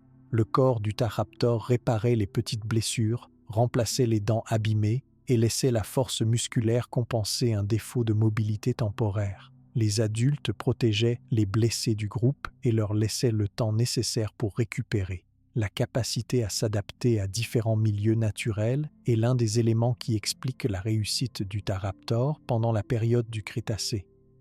Que ce soit sur terrain sec, humide ou encombré de végétation, ce dinosaure pouvait courir, sauter, escalader et éviter les pièges naturels. Chaque membre du groupe connaissait ses adaptations et en profitait chaque jour pour survivre. Les paléontologues accordent beaucoup d'importance à l'étude des feuillets osseux et des marques sur le squelette qui racontent l'histoire des mouvements, des efforts répétés et de la vie quotidienne de cet impressionnant prédateur. Tous ces détails physiques réunis expliquent pourquoi Utahraptor était capable de s'imposer, non seulement par la force de ses griffes et de ses dents, mais aussi grâce à la rapidité et à l'agilité qui faisèrent de lui un chasseur hors pair et un animal parfaitement adapté à des environnements variés et parfois difficiles. L'agilité et la rapidité d'Utahraptor ne servaient pas seulement à la chasse, elles étaient aussi indissociables de ses sens très développés et de ses capacités intellectuelles. Comprendre à quel point Utahraptor était capable de sentir, voir, entendre et penser permet d'imaginer concrètement lui dans son environnement, en train de traquer, d'éviter les dangers ou de communiquer avec son groupe. Lorsque les paléontologues analysent les crânes, les orbites, les empreintes des nerfs dans les os, ils découvrent que ce dinosaure était doté d'outils sensoriels performants et d'un cerveau adapté à une vie complexe. La vue d'Utahraptor était son sens principal pour détecter le monde qui l'entourait. Les fossiles montrent que ses orbites étaient larges, ce qui signifie que ses yeux étaient gros. Ils étaient placés plus à l'avant du crâne, permettant à Utahraptor de voir ce qui se trouvait devant lui avec beaucoup de précision. Cette disposition lui donnait une bonne vision en relief, ce qu'on appelle la perception de la profondeur. Cela était très important pour juger la distance avec la proie avant de bondir ou pour éviter les obstacles en courant. Il pouvait repérer un mouvement dans la végétation, suivre une cible lointaine et voir le moindre détail du terrain devant lui. La structure interne de l'œil d'Utahraptor n'a pas été préservée dans les fossiles, mais les autres dinosaures de la même famille, ayant des yeux semblables, laissaient penser que ces organes pouvaient fonctionner dans des conditions de lumière faible. Cela voulait dire qu'Utahraptor pouvait chasser pendant le jour, mais aussi profiter du lever du soleil, du crépuscule ou de la lumière douce des forêts épaisses pour surprendre ses proies. En observant son environnement, Utahraptor savait distinguer les animaux immobiles du feuillage, calculer la vitesse à laquelle ses proies se déplaçaient ou deviner la taille d'un groupe qui s'approchait. L'ouïe jouait aussi un rôle très important dans la vie d'Utahraptor. Certaines parties du crâne montrent des zones où les os sont plus fins ou percés de trous minuscules pour laisser passer les nerfs auditifs. Les paléontologues pensent qu'Utahraptor avait une oreille interne très sensible, capable de détecter les bruits faibles, une branche cassée, des pas feutrés sur la mousse, le cri discret d'un jeune animal. Cette ouïe finement réglée lui permettait de repérer les mouvements autour de lui, même si ces bruits venaient de loin ou de derrière la végétation. Durant la chasse, Utahraptor pouvait rester caché et écouter pour localiser sa cible avant de l'apercevoir. Dans une vie de groupe, l'ouïe aidait aussi à reconnaître les cris des autres membres, à alerter d'un danger ou à répondre à un signal donné pendant la chasse. L'odorat d'Utahraptor était très utile pour trouver de la nourriture ou repérer la présence d'autres animaux. Le museau comportait de grandes narines reliées à un appareil nasal complexe. À l'intérieur, la surface, appelée cornets nasaux, augmentait la zone de contact entre l'air inspiré et les tissus sensibles aux odeurs. Cela rendait Utahraptor capable de suivre une piste laissée par une proie blessée, de sentir un animal caché à l'abri des regards, ou de reconnaître l'odeur d'un rival sur son territoire. Chercher l'odeur du sang ou de la viande fraîche l'aidait à retrouver une carcasse ou un œuf abandonné. Grâce à cet odorat puissant, Utahraptor pouvait même éviter des dangers comme un feu de forêt ou la proximité d'un autre prédateur. L'équilibre dans les mouvements, l'agilité dans les changements de direction et le maintien d'une vitesse élevée dépendaient aussi d'un organe appelé l'oreille interne. Dans le crâne d'Utahraptor, on trouve un petit canal osseux enroulé qui abritait cet organe. Il envoyait des signaux au cerveau sur la position de la tête, la direction des regards et la vitesse des mouvements. Cette adaptation était indispensable pour coordonner des mouvements rapides et précis, éviter la chute ou garder la bonne position lorsqu'il tournait pendant la chasse. Les capacités sensorielles étaient accompagnées d'une intelligence bien présente. Le cerveau d'Utahraptor, bien que petit comparé à son corps, possédait plusieurs parties développées. Les spécialistes examinent l'intérieur des crânes fossiles pour deviner la forme et la taille du cerveau. Ils ont remarqué que chez Utahraptor, la région du cerveau liée à la vision et à la coordination des mouvements était particulièrement grande. Cela voulait dire qu'ils pouvaient apprendre, retenir les parcours, organiser la chasse en groupe et prendre des décisions rapides. La vie en groupe exigeait de comprendre les intentions et les gestes des autres membres. Utahraptor devait apprendre à reconnaître les signaux, à distinguer les cris d'alerte, à savoir imiter ou suivre les décisions d'un individu plus expérimenté. L'intelligence était également nécessaire pour inventer de nouvelles ruses de chasse, contourner les obstacles, attendre le bon moment pour attaquer ou changer de cible quand le premier plan échouait. Chez les jeunes, l'intelligence se développait grâce à l'observation des adultes. Ils mémorisaient la façon de trouver une proie, les chemins sûrs pour échapper à un prédateur ou les cachettes présentes dans la région.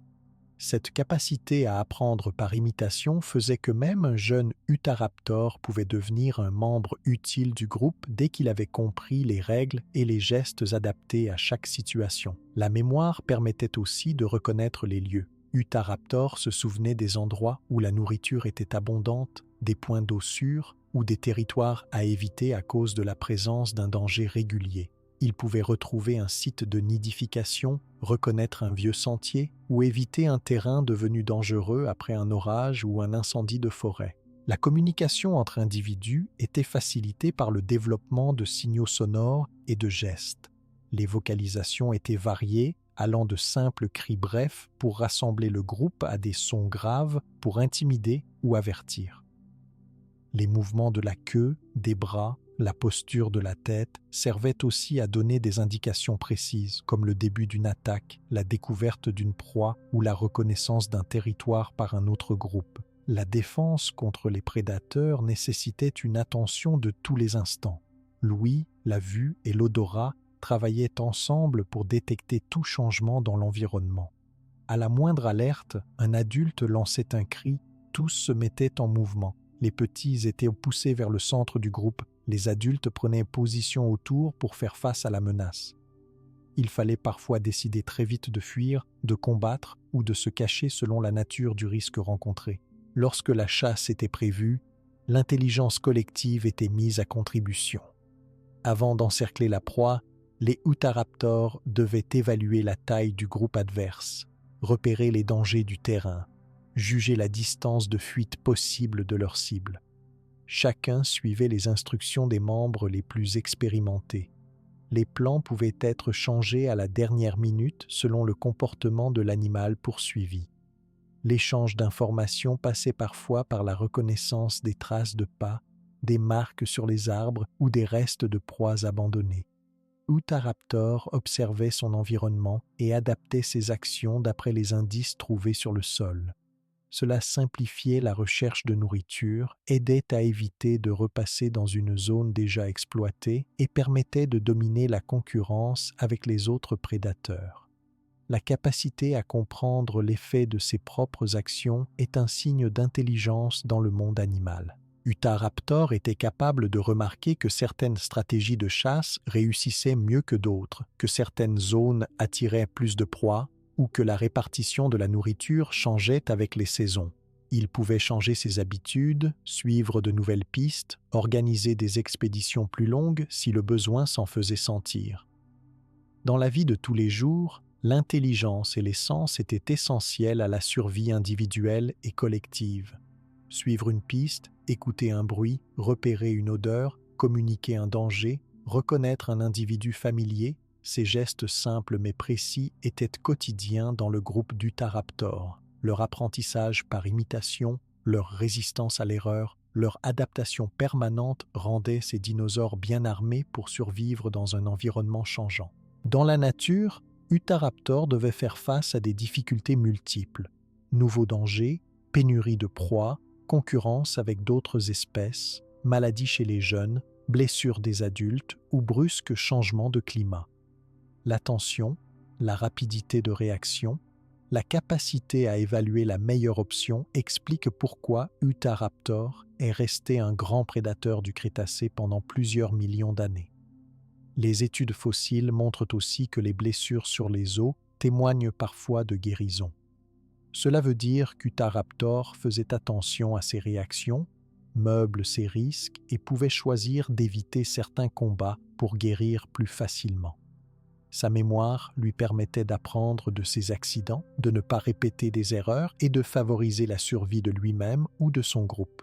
Tous ces éléments réunis, la puissance du cerveau, la finesse des sens, la capacité à communiquer et à apprendre, faisaient d'Utahraptor un animal complexe et parfaitement adapté à son environnement. Qu'il s'agisse de la chasse, de la défense, de l'éducation des petits, de la protection du territoire ou de la recherche permanente de nourriture, ce dinosaure combinait chaque jour ses atouts physiques et intellectuels. C'est cette combinaison qui assurait la réussite d'Utahraptor dans les forêts, sur les plaines et au bord des rivières du Crétacé, face à des défis quotidiens nombreux et changeants. Même avec ses sens aiguisés, son intelligence et sa force, Utahraptor devait toujours rester attentif aux dangers qui l'entouraient dans la nature. La vie au Crétacé, il y a environ 125 millions d'années, était difficile et pleine de risques. Utahraptor vivait dans des forêts épaisses, autour de rivières, sur des plaines ouvertes. Cet environnement cachait beaucoup de menaces venant d'autres animaux, de la météo ou des changements dans le paysage. Sur son territoire, Utahraptor ne vivait pas seul. Beaucoup d'autres dinosaures carnivores partageaient la même région. Certains étaient plus petits, mais tout aussi rapides. D'autres étaient relativement grands, avec leur propre groupe ou même parfois solitaires. La rencontre avec ces prédateurs pouvait être dangereuse pour Utahraptor, surtout s'ils attaquaient en groupe ou cherchaient à voler une proie plus facile. Quand plusieurs carnivores se retrouvaient autour d'une même carcasse, des bagarres éclataient. Les cris étaient forts, chacun utilisait ses dents et ses griffes pour essayer de repousser les autres ou défendre la nourriture qu'il avait trouvée. Les blessures étaient nombreuses, surtout sur le museau, les pattes ou la queue, et certains fossiles montrent des traces anciennes de griffures ou de morsures. Les jeunes Utahraptors étaient très vulnérables à ces menaces. Quand ils quittaient le nid, ils devaient rester cachés ou protégés par les adultes du groupe. Si un autre prédateur s'approchait, les adultes se plaçaient en cercle pour cacher les petits et donner l'alerte en criant fort. Mais il n'était pas toujours possible de tout éviter. Un Utahraptor blessé, trop jeune ou malade, risquait d'être attaqué facilement par des carnivores plus petits ou plus nombreux. Les petits devaient apprendre très vite à reconnaître les signes de danger, à réagir vite et à rester près du groupe pour échapper aux attaques surprises. En plus des autres prédateurs, les grands herbivores du Crétacé représentaient parfois une menace pour Utahraptor. Des animaux comme les iguanodons vivaient en chiffres importants, avec des individus massifs dans chaque troupeau. Les adultes de ces groupes avaient souvent la mission de défendre les jeunes ou les membres fatigués contre les attaques de prédateurs. Pour protéger leur famille, ils pouvaient charger soudainement vers un Utahraptor, donner des coups de queue très puissants ou utiliser leurs griffes épaisses pour blesser sérieusement un ennemi. Quand Utahraptor devait chasser ses grandes proies, il risquait à chaque instant d'être blessé par un coup en retour. Les paléontologues retrouvent parfois des os fracturés chez les fossiles d'Utahraptor, preuve que la nourriture n'était jamais gagnée sans lutte. Les proies d'Utahraptor étaient souvent équipées d'armes naturelles. Certaines avaient une peau épaisse, presque comme un bouclier naturel, pour éviter les morsures et les griffures. D'autres possédèrent des cornes pour défendre leur tête, des pointes le long du dos ou même des queues recouvertes d'écailles dures. Pour Utahraptor, attaquer ce genre d'animal était très risqué. Il devait viser les zones vulnérables et travailler en groupe pour éviter les coups. Mais si la proie se défendait bien, un Utahraptor pouvait être gravement blessé, voire ne pas survivre à la chasse. Les conditions de vie étaient aussi compliquées à cause du climat. Pendant le Crétacé, les saisons changeaient parfois vite.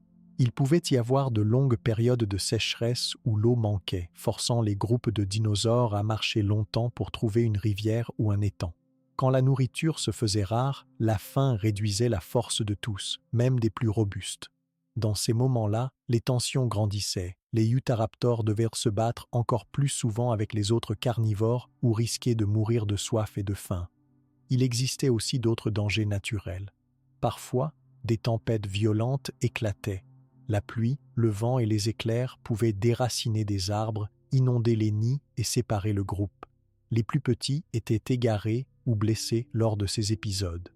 Le froid pendant la nuit ou lors des changements de climat pouvait aussi affaiblir les jeunes ou forcer le groupe à chercher des abris sous les arbres ou contre des rochers, là où la chaleur restait un peu plus longtemps. Utahraptor devait aussi faire attention à la maladie et aux parasites. Blessés durant une chasse ou à cause des rivalités entre membres du groupe, ils risquaient ensuite de souffrir d'infections si leurs blessures étaient graves ou exposées à la boue et à l'eau sale.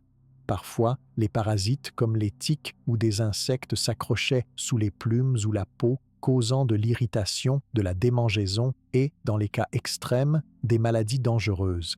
Les jeunes, en particulier, étaient fragiles face à ces menaces et dépendaient souvent de la vigilance des adultes pour rester en bonne santé. Les risques faisaient partie de chaque journée d'Utahraptor. Même la recherche de nouvelles proies pouvait tourner au drame. Il arrivait que le groupe s'éloigne trop de son territoire connu et tombe dans un endroit inconnu, rempli de dangers cachés. Un sol glissant au bord d'une rivière, une plaque de boue, des pierres ou des racines pouvaient causer des chutes et blesser un membre du groupe. C'est pourquoi Utahraptor devait réfléchir à ses déplacements, rester attentif à son environnement et utiliser la mémoire des adultes pour éviter les zones trop risquées. Les relations avec les autres groupes d'Utahraptor n'étaient pas toujours paisibles. Chaque groupe défendait son propre territoire et ses sources de nourriture. Si deux groupes se rencontraient, des disputes éclataient pour savoir qui contrôlerait la zone. Parfois, cela se réglait avec des cris et des démonstrations de force. Parfois, les deux groupes se battaient vraiment, laissant des blessures visibles sur les fossiles retrouvés.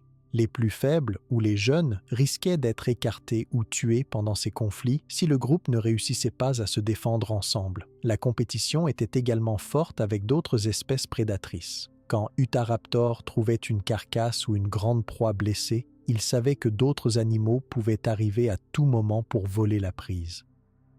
Des charognards, plus petits mais courageux, se rassemblaient en nombre pour essayer d'obtenir quelques morceaux de viande. Parfois, Utahraptor devait choisir entre continuer à manger et affronter le danger d'un nombre croissant d'ennemis, ou bien abandonner la nourriture pour sauver la vie du groupe. Pendant ces déplacements, Utahraptor devait surveiller les indices de danger autour de lui, l'odeur d'un prédateur inconnu, les cris d'un rival, les traces fraîches sur le sol signalaient la proximité d'un danger. Pour éviter les catastrophes, les adultes marchaient souvent devant et sur les côtés du groupe, reniflant l'air et surveillant chaque bruit suspect. La vigilance était la règle en dehors du territoire familier.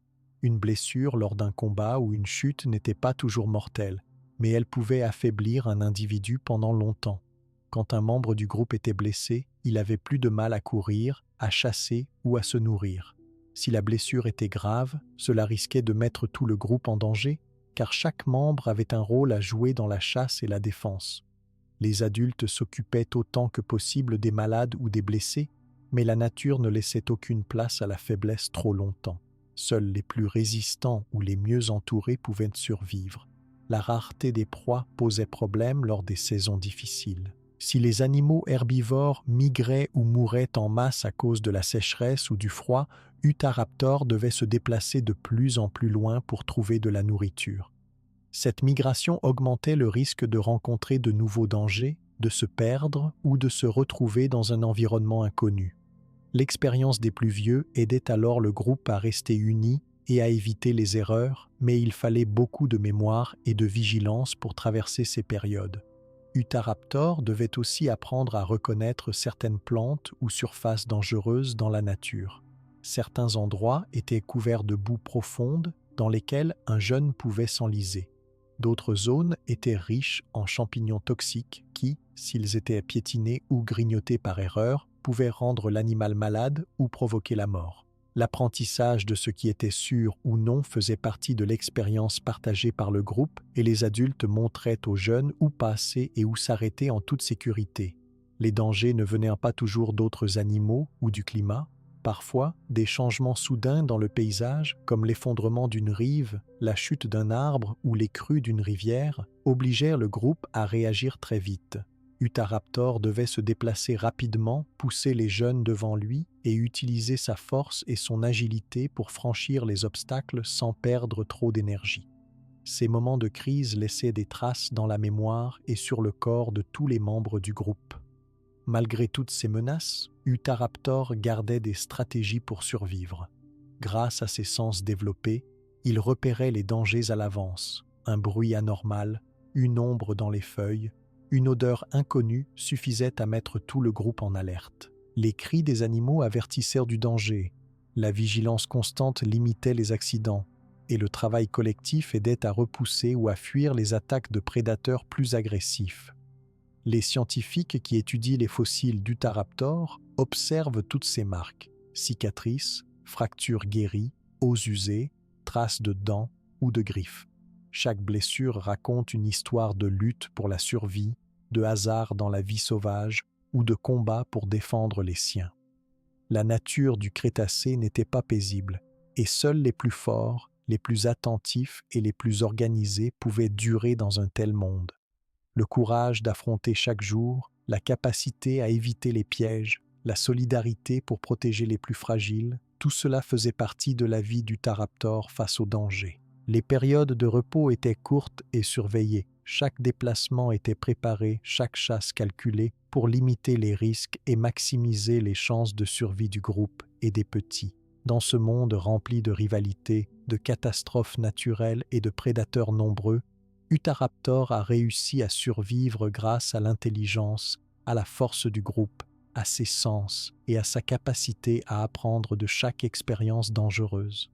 Son histoire, inscrite dans ses os, rappelle que chaque jour passé dans la nature était une nouvelle épreuve et que la survie ne dépendait jamais d'un seul individu, mais de l'effort de tous, dans une harmonie et une vigilance de chaque instant.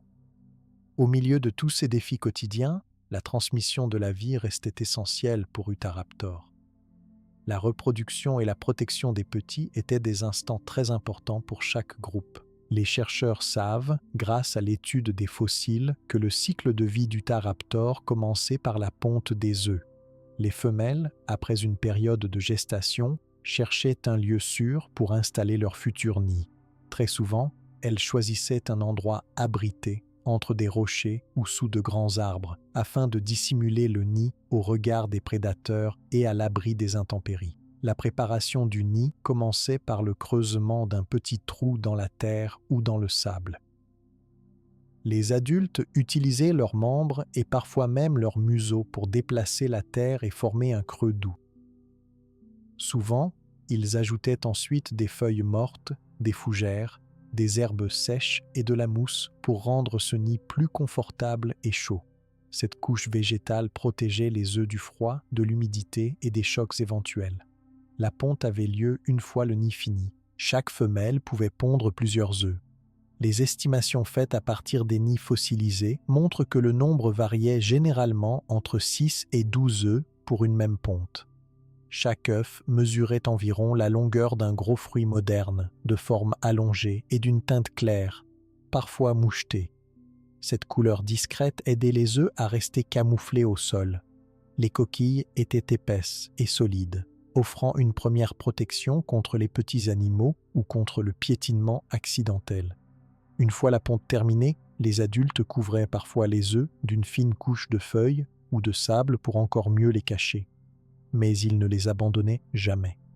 Les parents, ou parfois tout le groupe, organisaient des tours de garde.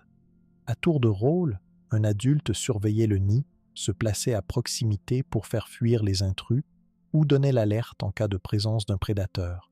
Pendant cette période, il était fréquent de voir les adultes attentifs à chaque bruit étrange ou mouvement suspect autour du nid. L'incubation, c'est-à-dire la période durant laquelle les œufs restaient au nid avant d'éclore, pouvait durer de longues semaines. Pendant ce temps, les adultes faisaient très attention à ne pas trop s'éloigner. Même lorsque le groupe devait partir chasser, certains revenaient régulièrement au nid vérifier l'état des œufs. Dans ce laps de temps, le danger était constant. Certains petits reptiles, mammifères anciens ou oiseaux du Crétacé cherchaient à manger les œufs abandonnés.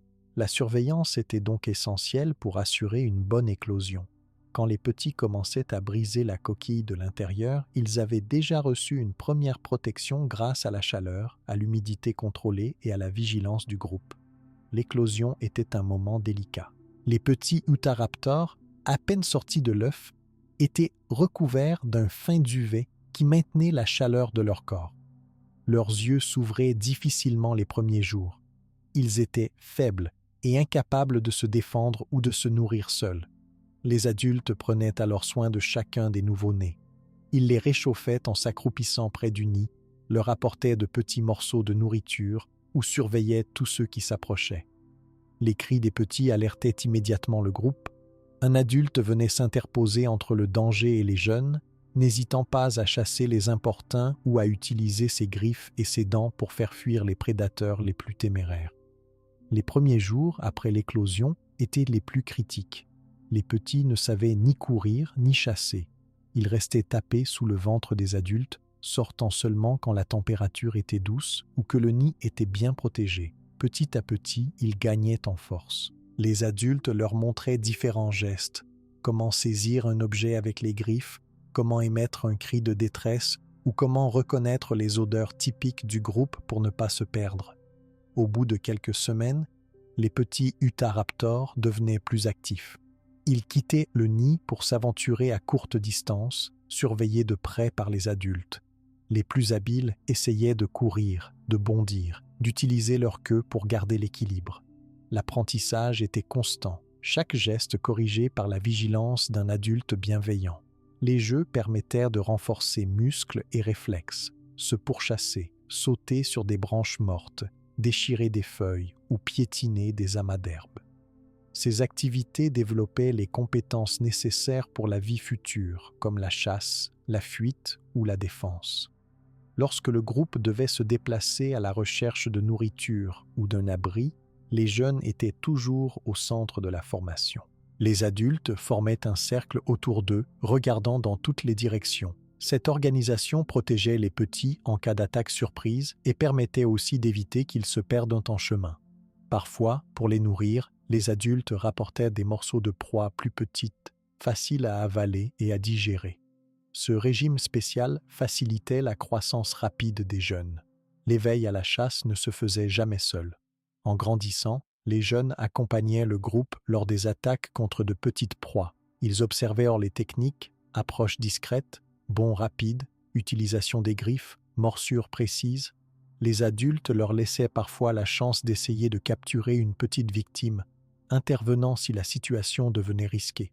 Grâce à cette méthode, les jeunes Utahraptors développaient leur courage, leur sens de la coordination et commençaient à prendre part à la vie collective. Avec le temps et l'expérience, les petits intégraient progressivement tous les comportements des adultes. Ils apprenaient où boire, où trouver des refuges sûrs en cas de tempête, comment reconnaître la saison favorable à la ponte et quelles traces signalaient la présence de danger ou de proie potentielle. L'apprentissage par imitation était capital. Plus ils observaient longtemps, plus ils étaient prêts à agir seuls dès que le besoin s'en faisait sentir. La période de croissance chez Utahraptor ne durait pas toute la vie, mais s'étalait sur plusieurs années. Les jeunes restaient auprès des parents durant tout ce temps, trouvant sécurité et nourriture grâce aux adultes les plus expérimentés. Quand ils devenaient assez grands, assez forts et assez habiles, ils rejoignaient pleinement les activités de chasse du groupe. Leur voix prenait de la puissance, leur allure devenait plus assurée. Ils faisaient désormais partie de la structure sociale du groupe, capable de transmettre eux-mêmes leur expérience à une prochaine génération. La reproduction avait donc une grande importance non seulement pour la survie de l'espèce Utahraptor, mais aussi pour la cohésion du groupe. Pour chaque nouvel individu né et élevé avec soin, les chances de survie collective augmentaient. Les plus jeunes, protégés, éduqués, nourris et soignés, pouvaient à leur tour devenir des adultes robustes, adaptés à toutes les épreuves du monde du Crétacé. Quand un groupe d'Utahraptors était nombreux, la solidarité se voyait dans chaque geste au quotidien. Le partage de la nourriture, la protection des nids, l'aide apportée aux petits blessés ou malades, la transmission des gestes et des cris de chasse n'existait que parce que la reproduction relançait à chaque génération ce cycle d'apprentissage et de travail collectif. La saison de la reproduction dépendait souvent du climat. Les adultes préféraient pondre leurs œufs quand la température était douce, quand la pluie était rare et que la nourriture était abondante. Cela augmentait les chances que les œufs soient chauds et que les petits aient de quoi manger dès la naissance. Parfois, de fortes chaleurs ou des tempêtes bouleversaient les plans, forçant le groupe à déplacer ses nids ou à se regrouper dans de nouveaux abris pour lutter contre les dangers. Certains nids n'arrivaient pas à terme. Des œufs étaient perdus, écrasés ou mangés par des prédateurs malgré la protection du groupe.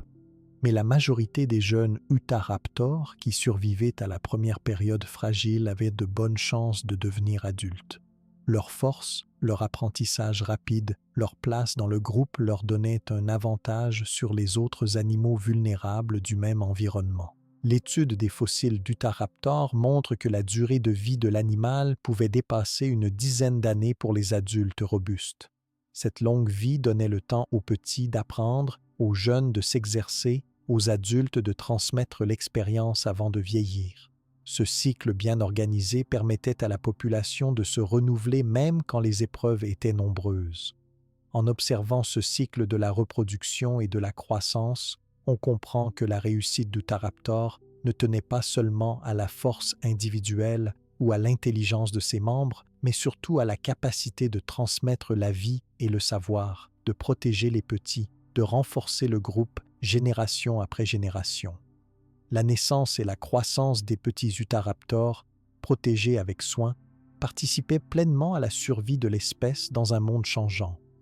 L'éducation, l'observation, la protection, le partage des ressources, tout cela formait la base solide de l'organisation d'Utahraptor. Ce mode de vie collectif marquait la différence et donnait à chaque nouveau-né, dès ses premiers jours, une chance meilleure d'atteindre l'âge adulte, de devenir à son tour un prédateur puissant, un membre utile du groupe et de perpétuer la grande aventure de l'espèce à travers les âges. Le soin apporté aux jeunes Utahraptors, la manière dont on leur apprenait à survivre et à vivre en groupe, tout cela se passait au cœur d'un environnement très particulier. Comprendre ce qui entourait Utahraptor lors du Crétacé, c'est découvrir un monde rempli de contrastes, d'animaux variés, de plantes abondantes, de rivières, de forêts et de vastes plaines. Ces paysages jouaient un rôle central dans la vie de chaque individu comme du groupe entier. Le territoire d'Utahraptor s'étendait sur de grandes zones aujourd'hui situées dans le sud-ouest de l'Amérique du Nord, là où se trouve actuellement l'État de l'Utah. Mais il y a 125 millions d'années, le climat était bien plus chaud et humide. Pendant la saison des pluies, de larges rivières traversaient des vallées verdoyantes. Au loin, on trouvait des collines et des plateaux couverts de forêts épaisses. La végétation était très variée. Il y avait des conifères, des fougères, des cycas, des palmiers primitifs et des champs de plantes basses qui se répandaient sur des kilomètres. Les forêts offraient de l'ombre et des cachettes pour les groupes d'Utahraptor. Sous les grands arbres, le sol était recouvert d'aiguilles, de feuilles mortes et de mousse craquante.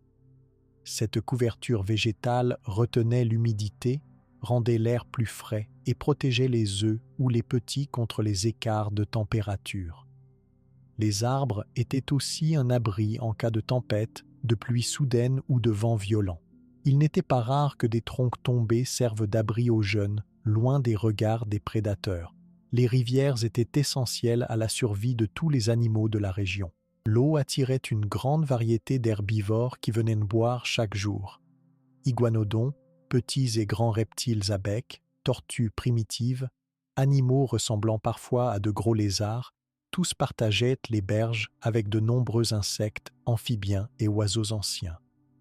Ces points d'eau étaient souvent le théâtre de rencontres. Parfois, les proies et les prédateurs s'observaient silencieusement, chacun guettant le bon moment pour agir. Les plaines s'étendaient entre les forêts et les cours d'eau. Là, La lumière était intense. On y trouvait de grandes herbes, quelques buissons et de petites plantes fleuries. Ces étendues permettaient aux dinosaures herbivores de parcourir de longues distances à la recherche de nourriture. Pour Utahraptor, les plaines étaient à la fois un espace de chasse et un lieu de passage entre deux zones boisées ou riveraines. La surveillance du groupe y était essentielle, car il n'existait aucun obstacle pour se cacher rapidement en cas de danger ou de confrontation avec un rival. Chaque coin de cet environnement accueillait ses propres habitants. Certains animaux étaient des proies fréquentes pour Utahraptor, d'autres vivaient plus loin et ne se croisaient qu'en période de migration ou pendant les grandes sécheresses. Les troupeaux d'herbivores se déplaçaient souvent ensemble, cherchant la meilleure herbe, s'arrêtant près des points d'eau, fuyant à la moindre alerte.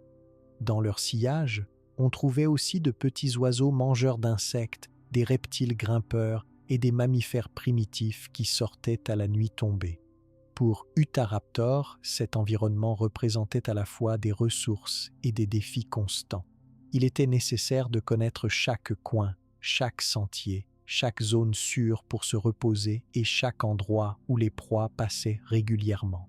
Les adultes du groupe transmettaient aux jeunes ces connaissances vitales, leur montrant où boire sans danger, où rester pendant les orages et comment éviter les zones trop boueuses ou couvertes de ronces. Le climat du Crétacé favorisait aussi une forte croissance des plantes. Le sol était riche. Les pluies régulières permettaient aux forêts de s'étendre rapidement, attirant toujours plus d'herbivores. Mais il existait parfois de longues périodes sans pluie. Dans ces moments, les rivières se réduisaient, les petits lacs s'asséchaient, forçant tous les animaux, y compris Utahraptor, à migrer vers des zones plus fertiles. Pendant ces migrations, le risque de rencontrer d'autres groupes de prédateurs augmentait. La prudence était donc une nécessité de tous les instants. Utahraptor n'était pas seul au sommet de la chaîne alimentaire. D'autres prédateurs parcouraient la région.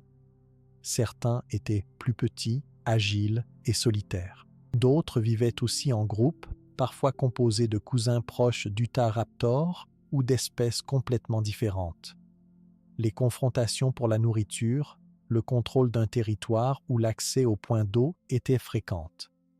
Les bagarres laissaient souvent des traces sur les os fossilisés, montrant que la domination sur l'environnement n'allait jamais de soi. La présence régulière de charognards jouait également un rôle important dans cet équilibre. Une fois qu'un groupe d'Utahraptor avait chassé une grosse proie, il fallait consommer la viande rapidement. Dès que les morceaux étaient laissés à l'abandon, de nombreux petits animaux profitaient des restes. Mammifères, oiseaux, insectes et autres petits dinosaures nettoyaient le sol, évitant la diffusion de maladies et participant à la régénération de l'environnement. En régulant la population des herbivores, Utahraptor participait à la stabilité des écosystèmes locaux. Les proies capturées étaient souvent des animaux malades, vieux ou blessés. Cela permettait à la population globale de rester robuste et en bonne santé. De cette façon, Utahraptor évitait également une trop grande surconsommation des plantes, protégeant indirectement les ressources de toute la région. Utahraptor marquait son territoire non seulement par sa présence, mais aussi par des signes laissés sur les arbres, sur le sol ou par ses cris. Ces signaux étaient repérés par les autres groupes, limitant les conflits directs, organisant les déplacements et le partage des espaces. Les marques profondes sur certains arbres témoignent du passage répété de grands groupes de prédateurs. Les fossiles d'Utahraptor, retrouvés dans des sols contenant aussi des restes de végétaux fossilisés, des pollens, des graines, dévoilent beaucoup d'informations sur l'environnement. En analysant la nature des couches de terre, on peut reconstituer l'ambiance des forêts, la température moyenne, le niveau d'eau des rivières, voire la saison à laquelle tel ou tel individu est mort. Parfois, les coquillages fossilisés signalent la proximité ancienne d'un lac ou d'un petit océan intérieur. Cette richesse du milieu offrait à Utahraptor d'innombrables possibilités de jeu, d'entraînement, de chasse et de socialisation pour les jeunes. Gravir un tronc, plonger dans une végétation dense, flairer une nouvelle odeur, tout cela participait à leur éducation. Le contact avec d'autres espèces enseignait aux petits les gestes à éviter, les bruits de danger, l'importance de rester ensemble, la méfiance envers les obstacles inconnus. La reproduction des plantes était tout aussi essentielle dans le cycle de la région. Les fruits, les fougères, les spores, les feuilles fraîches nourrissaient les herbivores qui eux-mêmes servaient de proie pour Utahraptor. Les périodes de floraison, la pousse de jeunes feuilles ou l'arrivée massive d'insectes signalaient des saisons riches en nourriture, moments propices pour la reproduction, la croissance rapide des petits et le renforcement général du groupe. L'étude continue de ces environnements passionne les scientifiques. Chaque nouvelle fouille révèle des fragments de vie anciens. Un os, une coquille, une feuille fossilisée, un caillou poli par l'eau donnent des indices précis sur les habitudes, les dangers et les ressources de l'époque. Grâce à ces découvertes, on connaît mieux le monde complexe où Utahraptor évoluait chaque jour.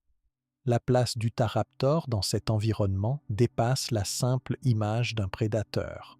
Son rôle était central. Il influençait la population des proies, la sécurité des groupes, la régénération de la nature autour de chaque rivière, chaque forêt, chaque clairière. Sa présence constante modifiait les déplacements des autres animaux, la floraison des plantes, la façon dont les charognards se nourrissaient ou comment les groupes se partageaient les territoires. Aujourd'hui, Utahraptor fascine non seulement par sa taille et sa puissance, mais aussi par l'influence durable qu'il a eue sur tout l'écosystème du Crétacé. Les sculptures, les reconstitutions et les études permettent d'imaginer la vie qu'il a conduite, les courses silencieuses sous les arbres, les cris dans la brume du matin, les repas partagés au bord de l'eau, la protection constante des petits, la mémoire des lieux et des rencontres. Chaque fragment retrouvé est un trésor de connaissances. Os, dents, plumes fossilisées, traces de pas dans la boue durcie, sédiments colorés par de vieilles feuilles. On apprend ainsi les détails de son alimentation, les stratégies de déplacement du groupe, les réactions face à l'arrivée des saisons, les méthodes pour éviter les pièges naturels ou fuir devant un danger trop grand. L'Utahraptor reste l'un des plus grands et des plus dangereux prédateurs du passé lointain. Mais sa réussite venait autant de son adaptation à son environnement que de sa force brute. Sa manière d'utiliser chaque espace, de composer avec chaque animal ou plante croisée, de maintenir l'équilibre des populations et de transmettre ses habitudes aux générations suivantes a laissé une empreinte profonde sur le monde de l'époque. À travers les études et l'imagination de chacun, Utahraptor vit toujours au cœur des grandes forêts, près des rivières, au milieu des plaines, chef de file d'un paysage ancien dont chaque détail révélait ingéniosité, organisation collective, résilience et respect pour la nature entière. Son histoire, patiemment reconstituée os après os, plante après plante, continue d'enrichir notre compréhension de la terre ancienne et nourrit l'émerveillement de ceux qui rêvent encore de mondes disparus.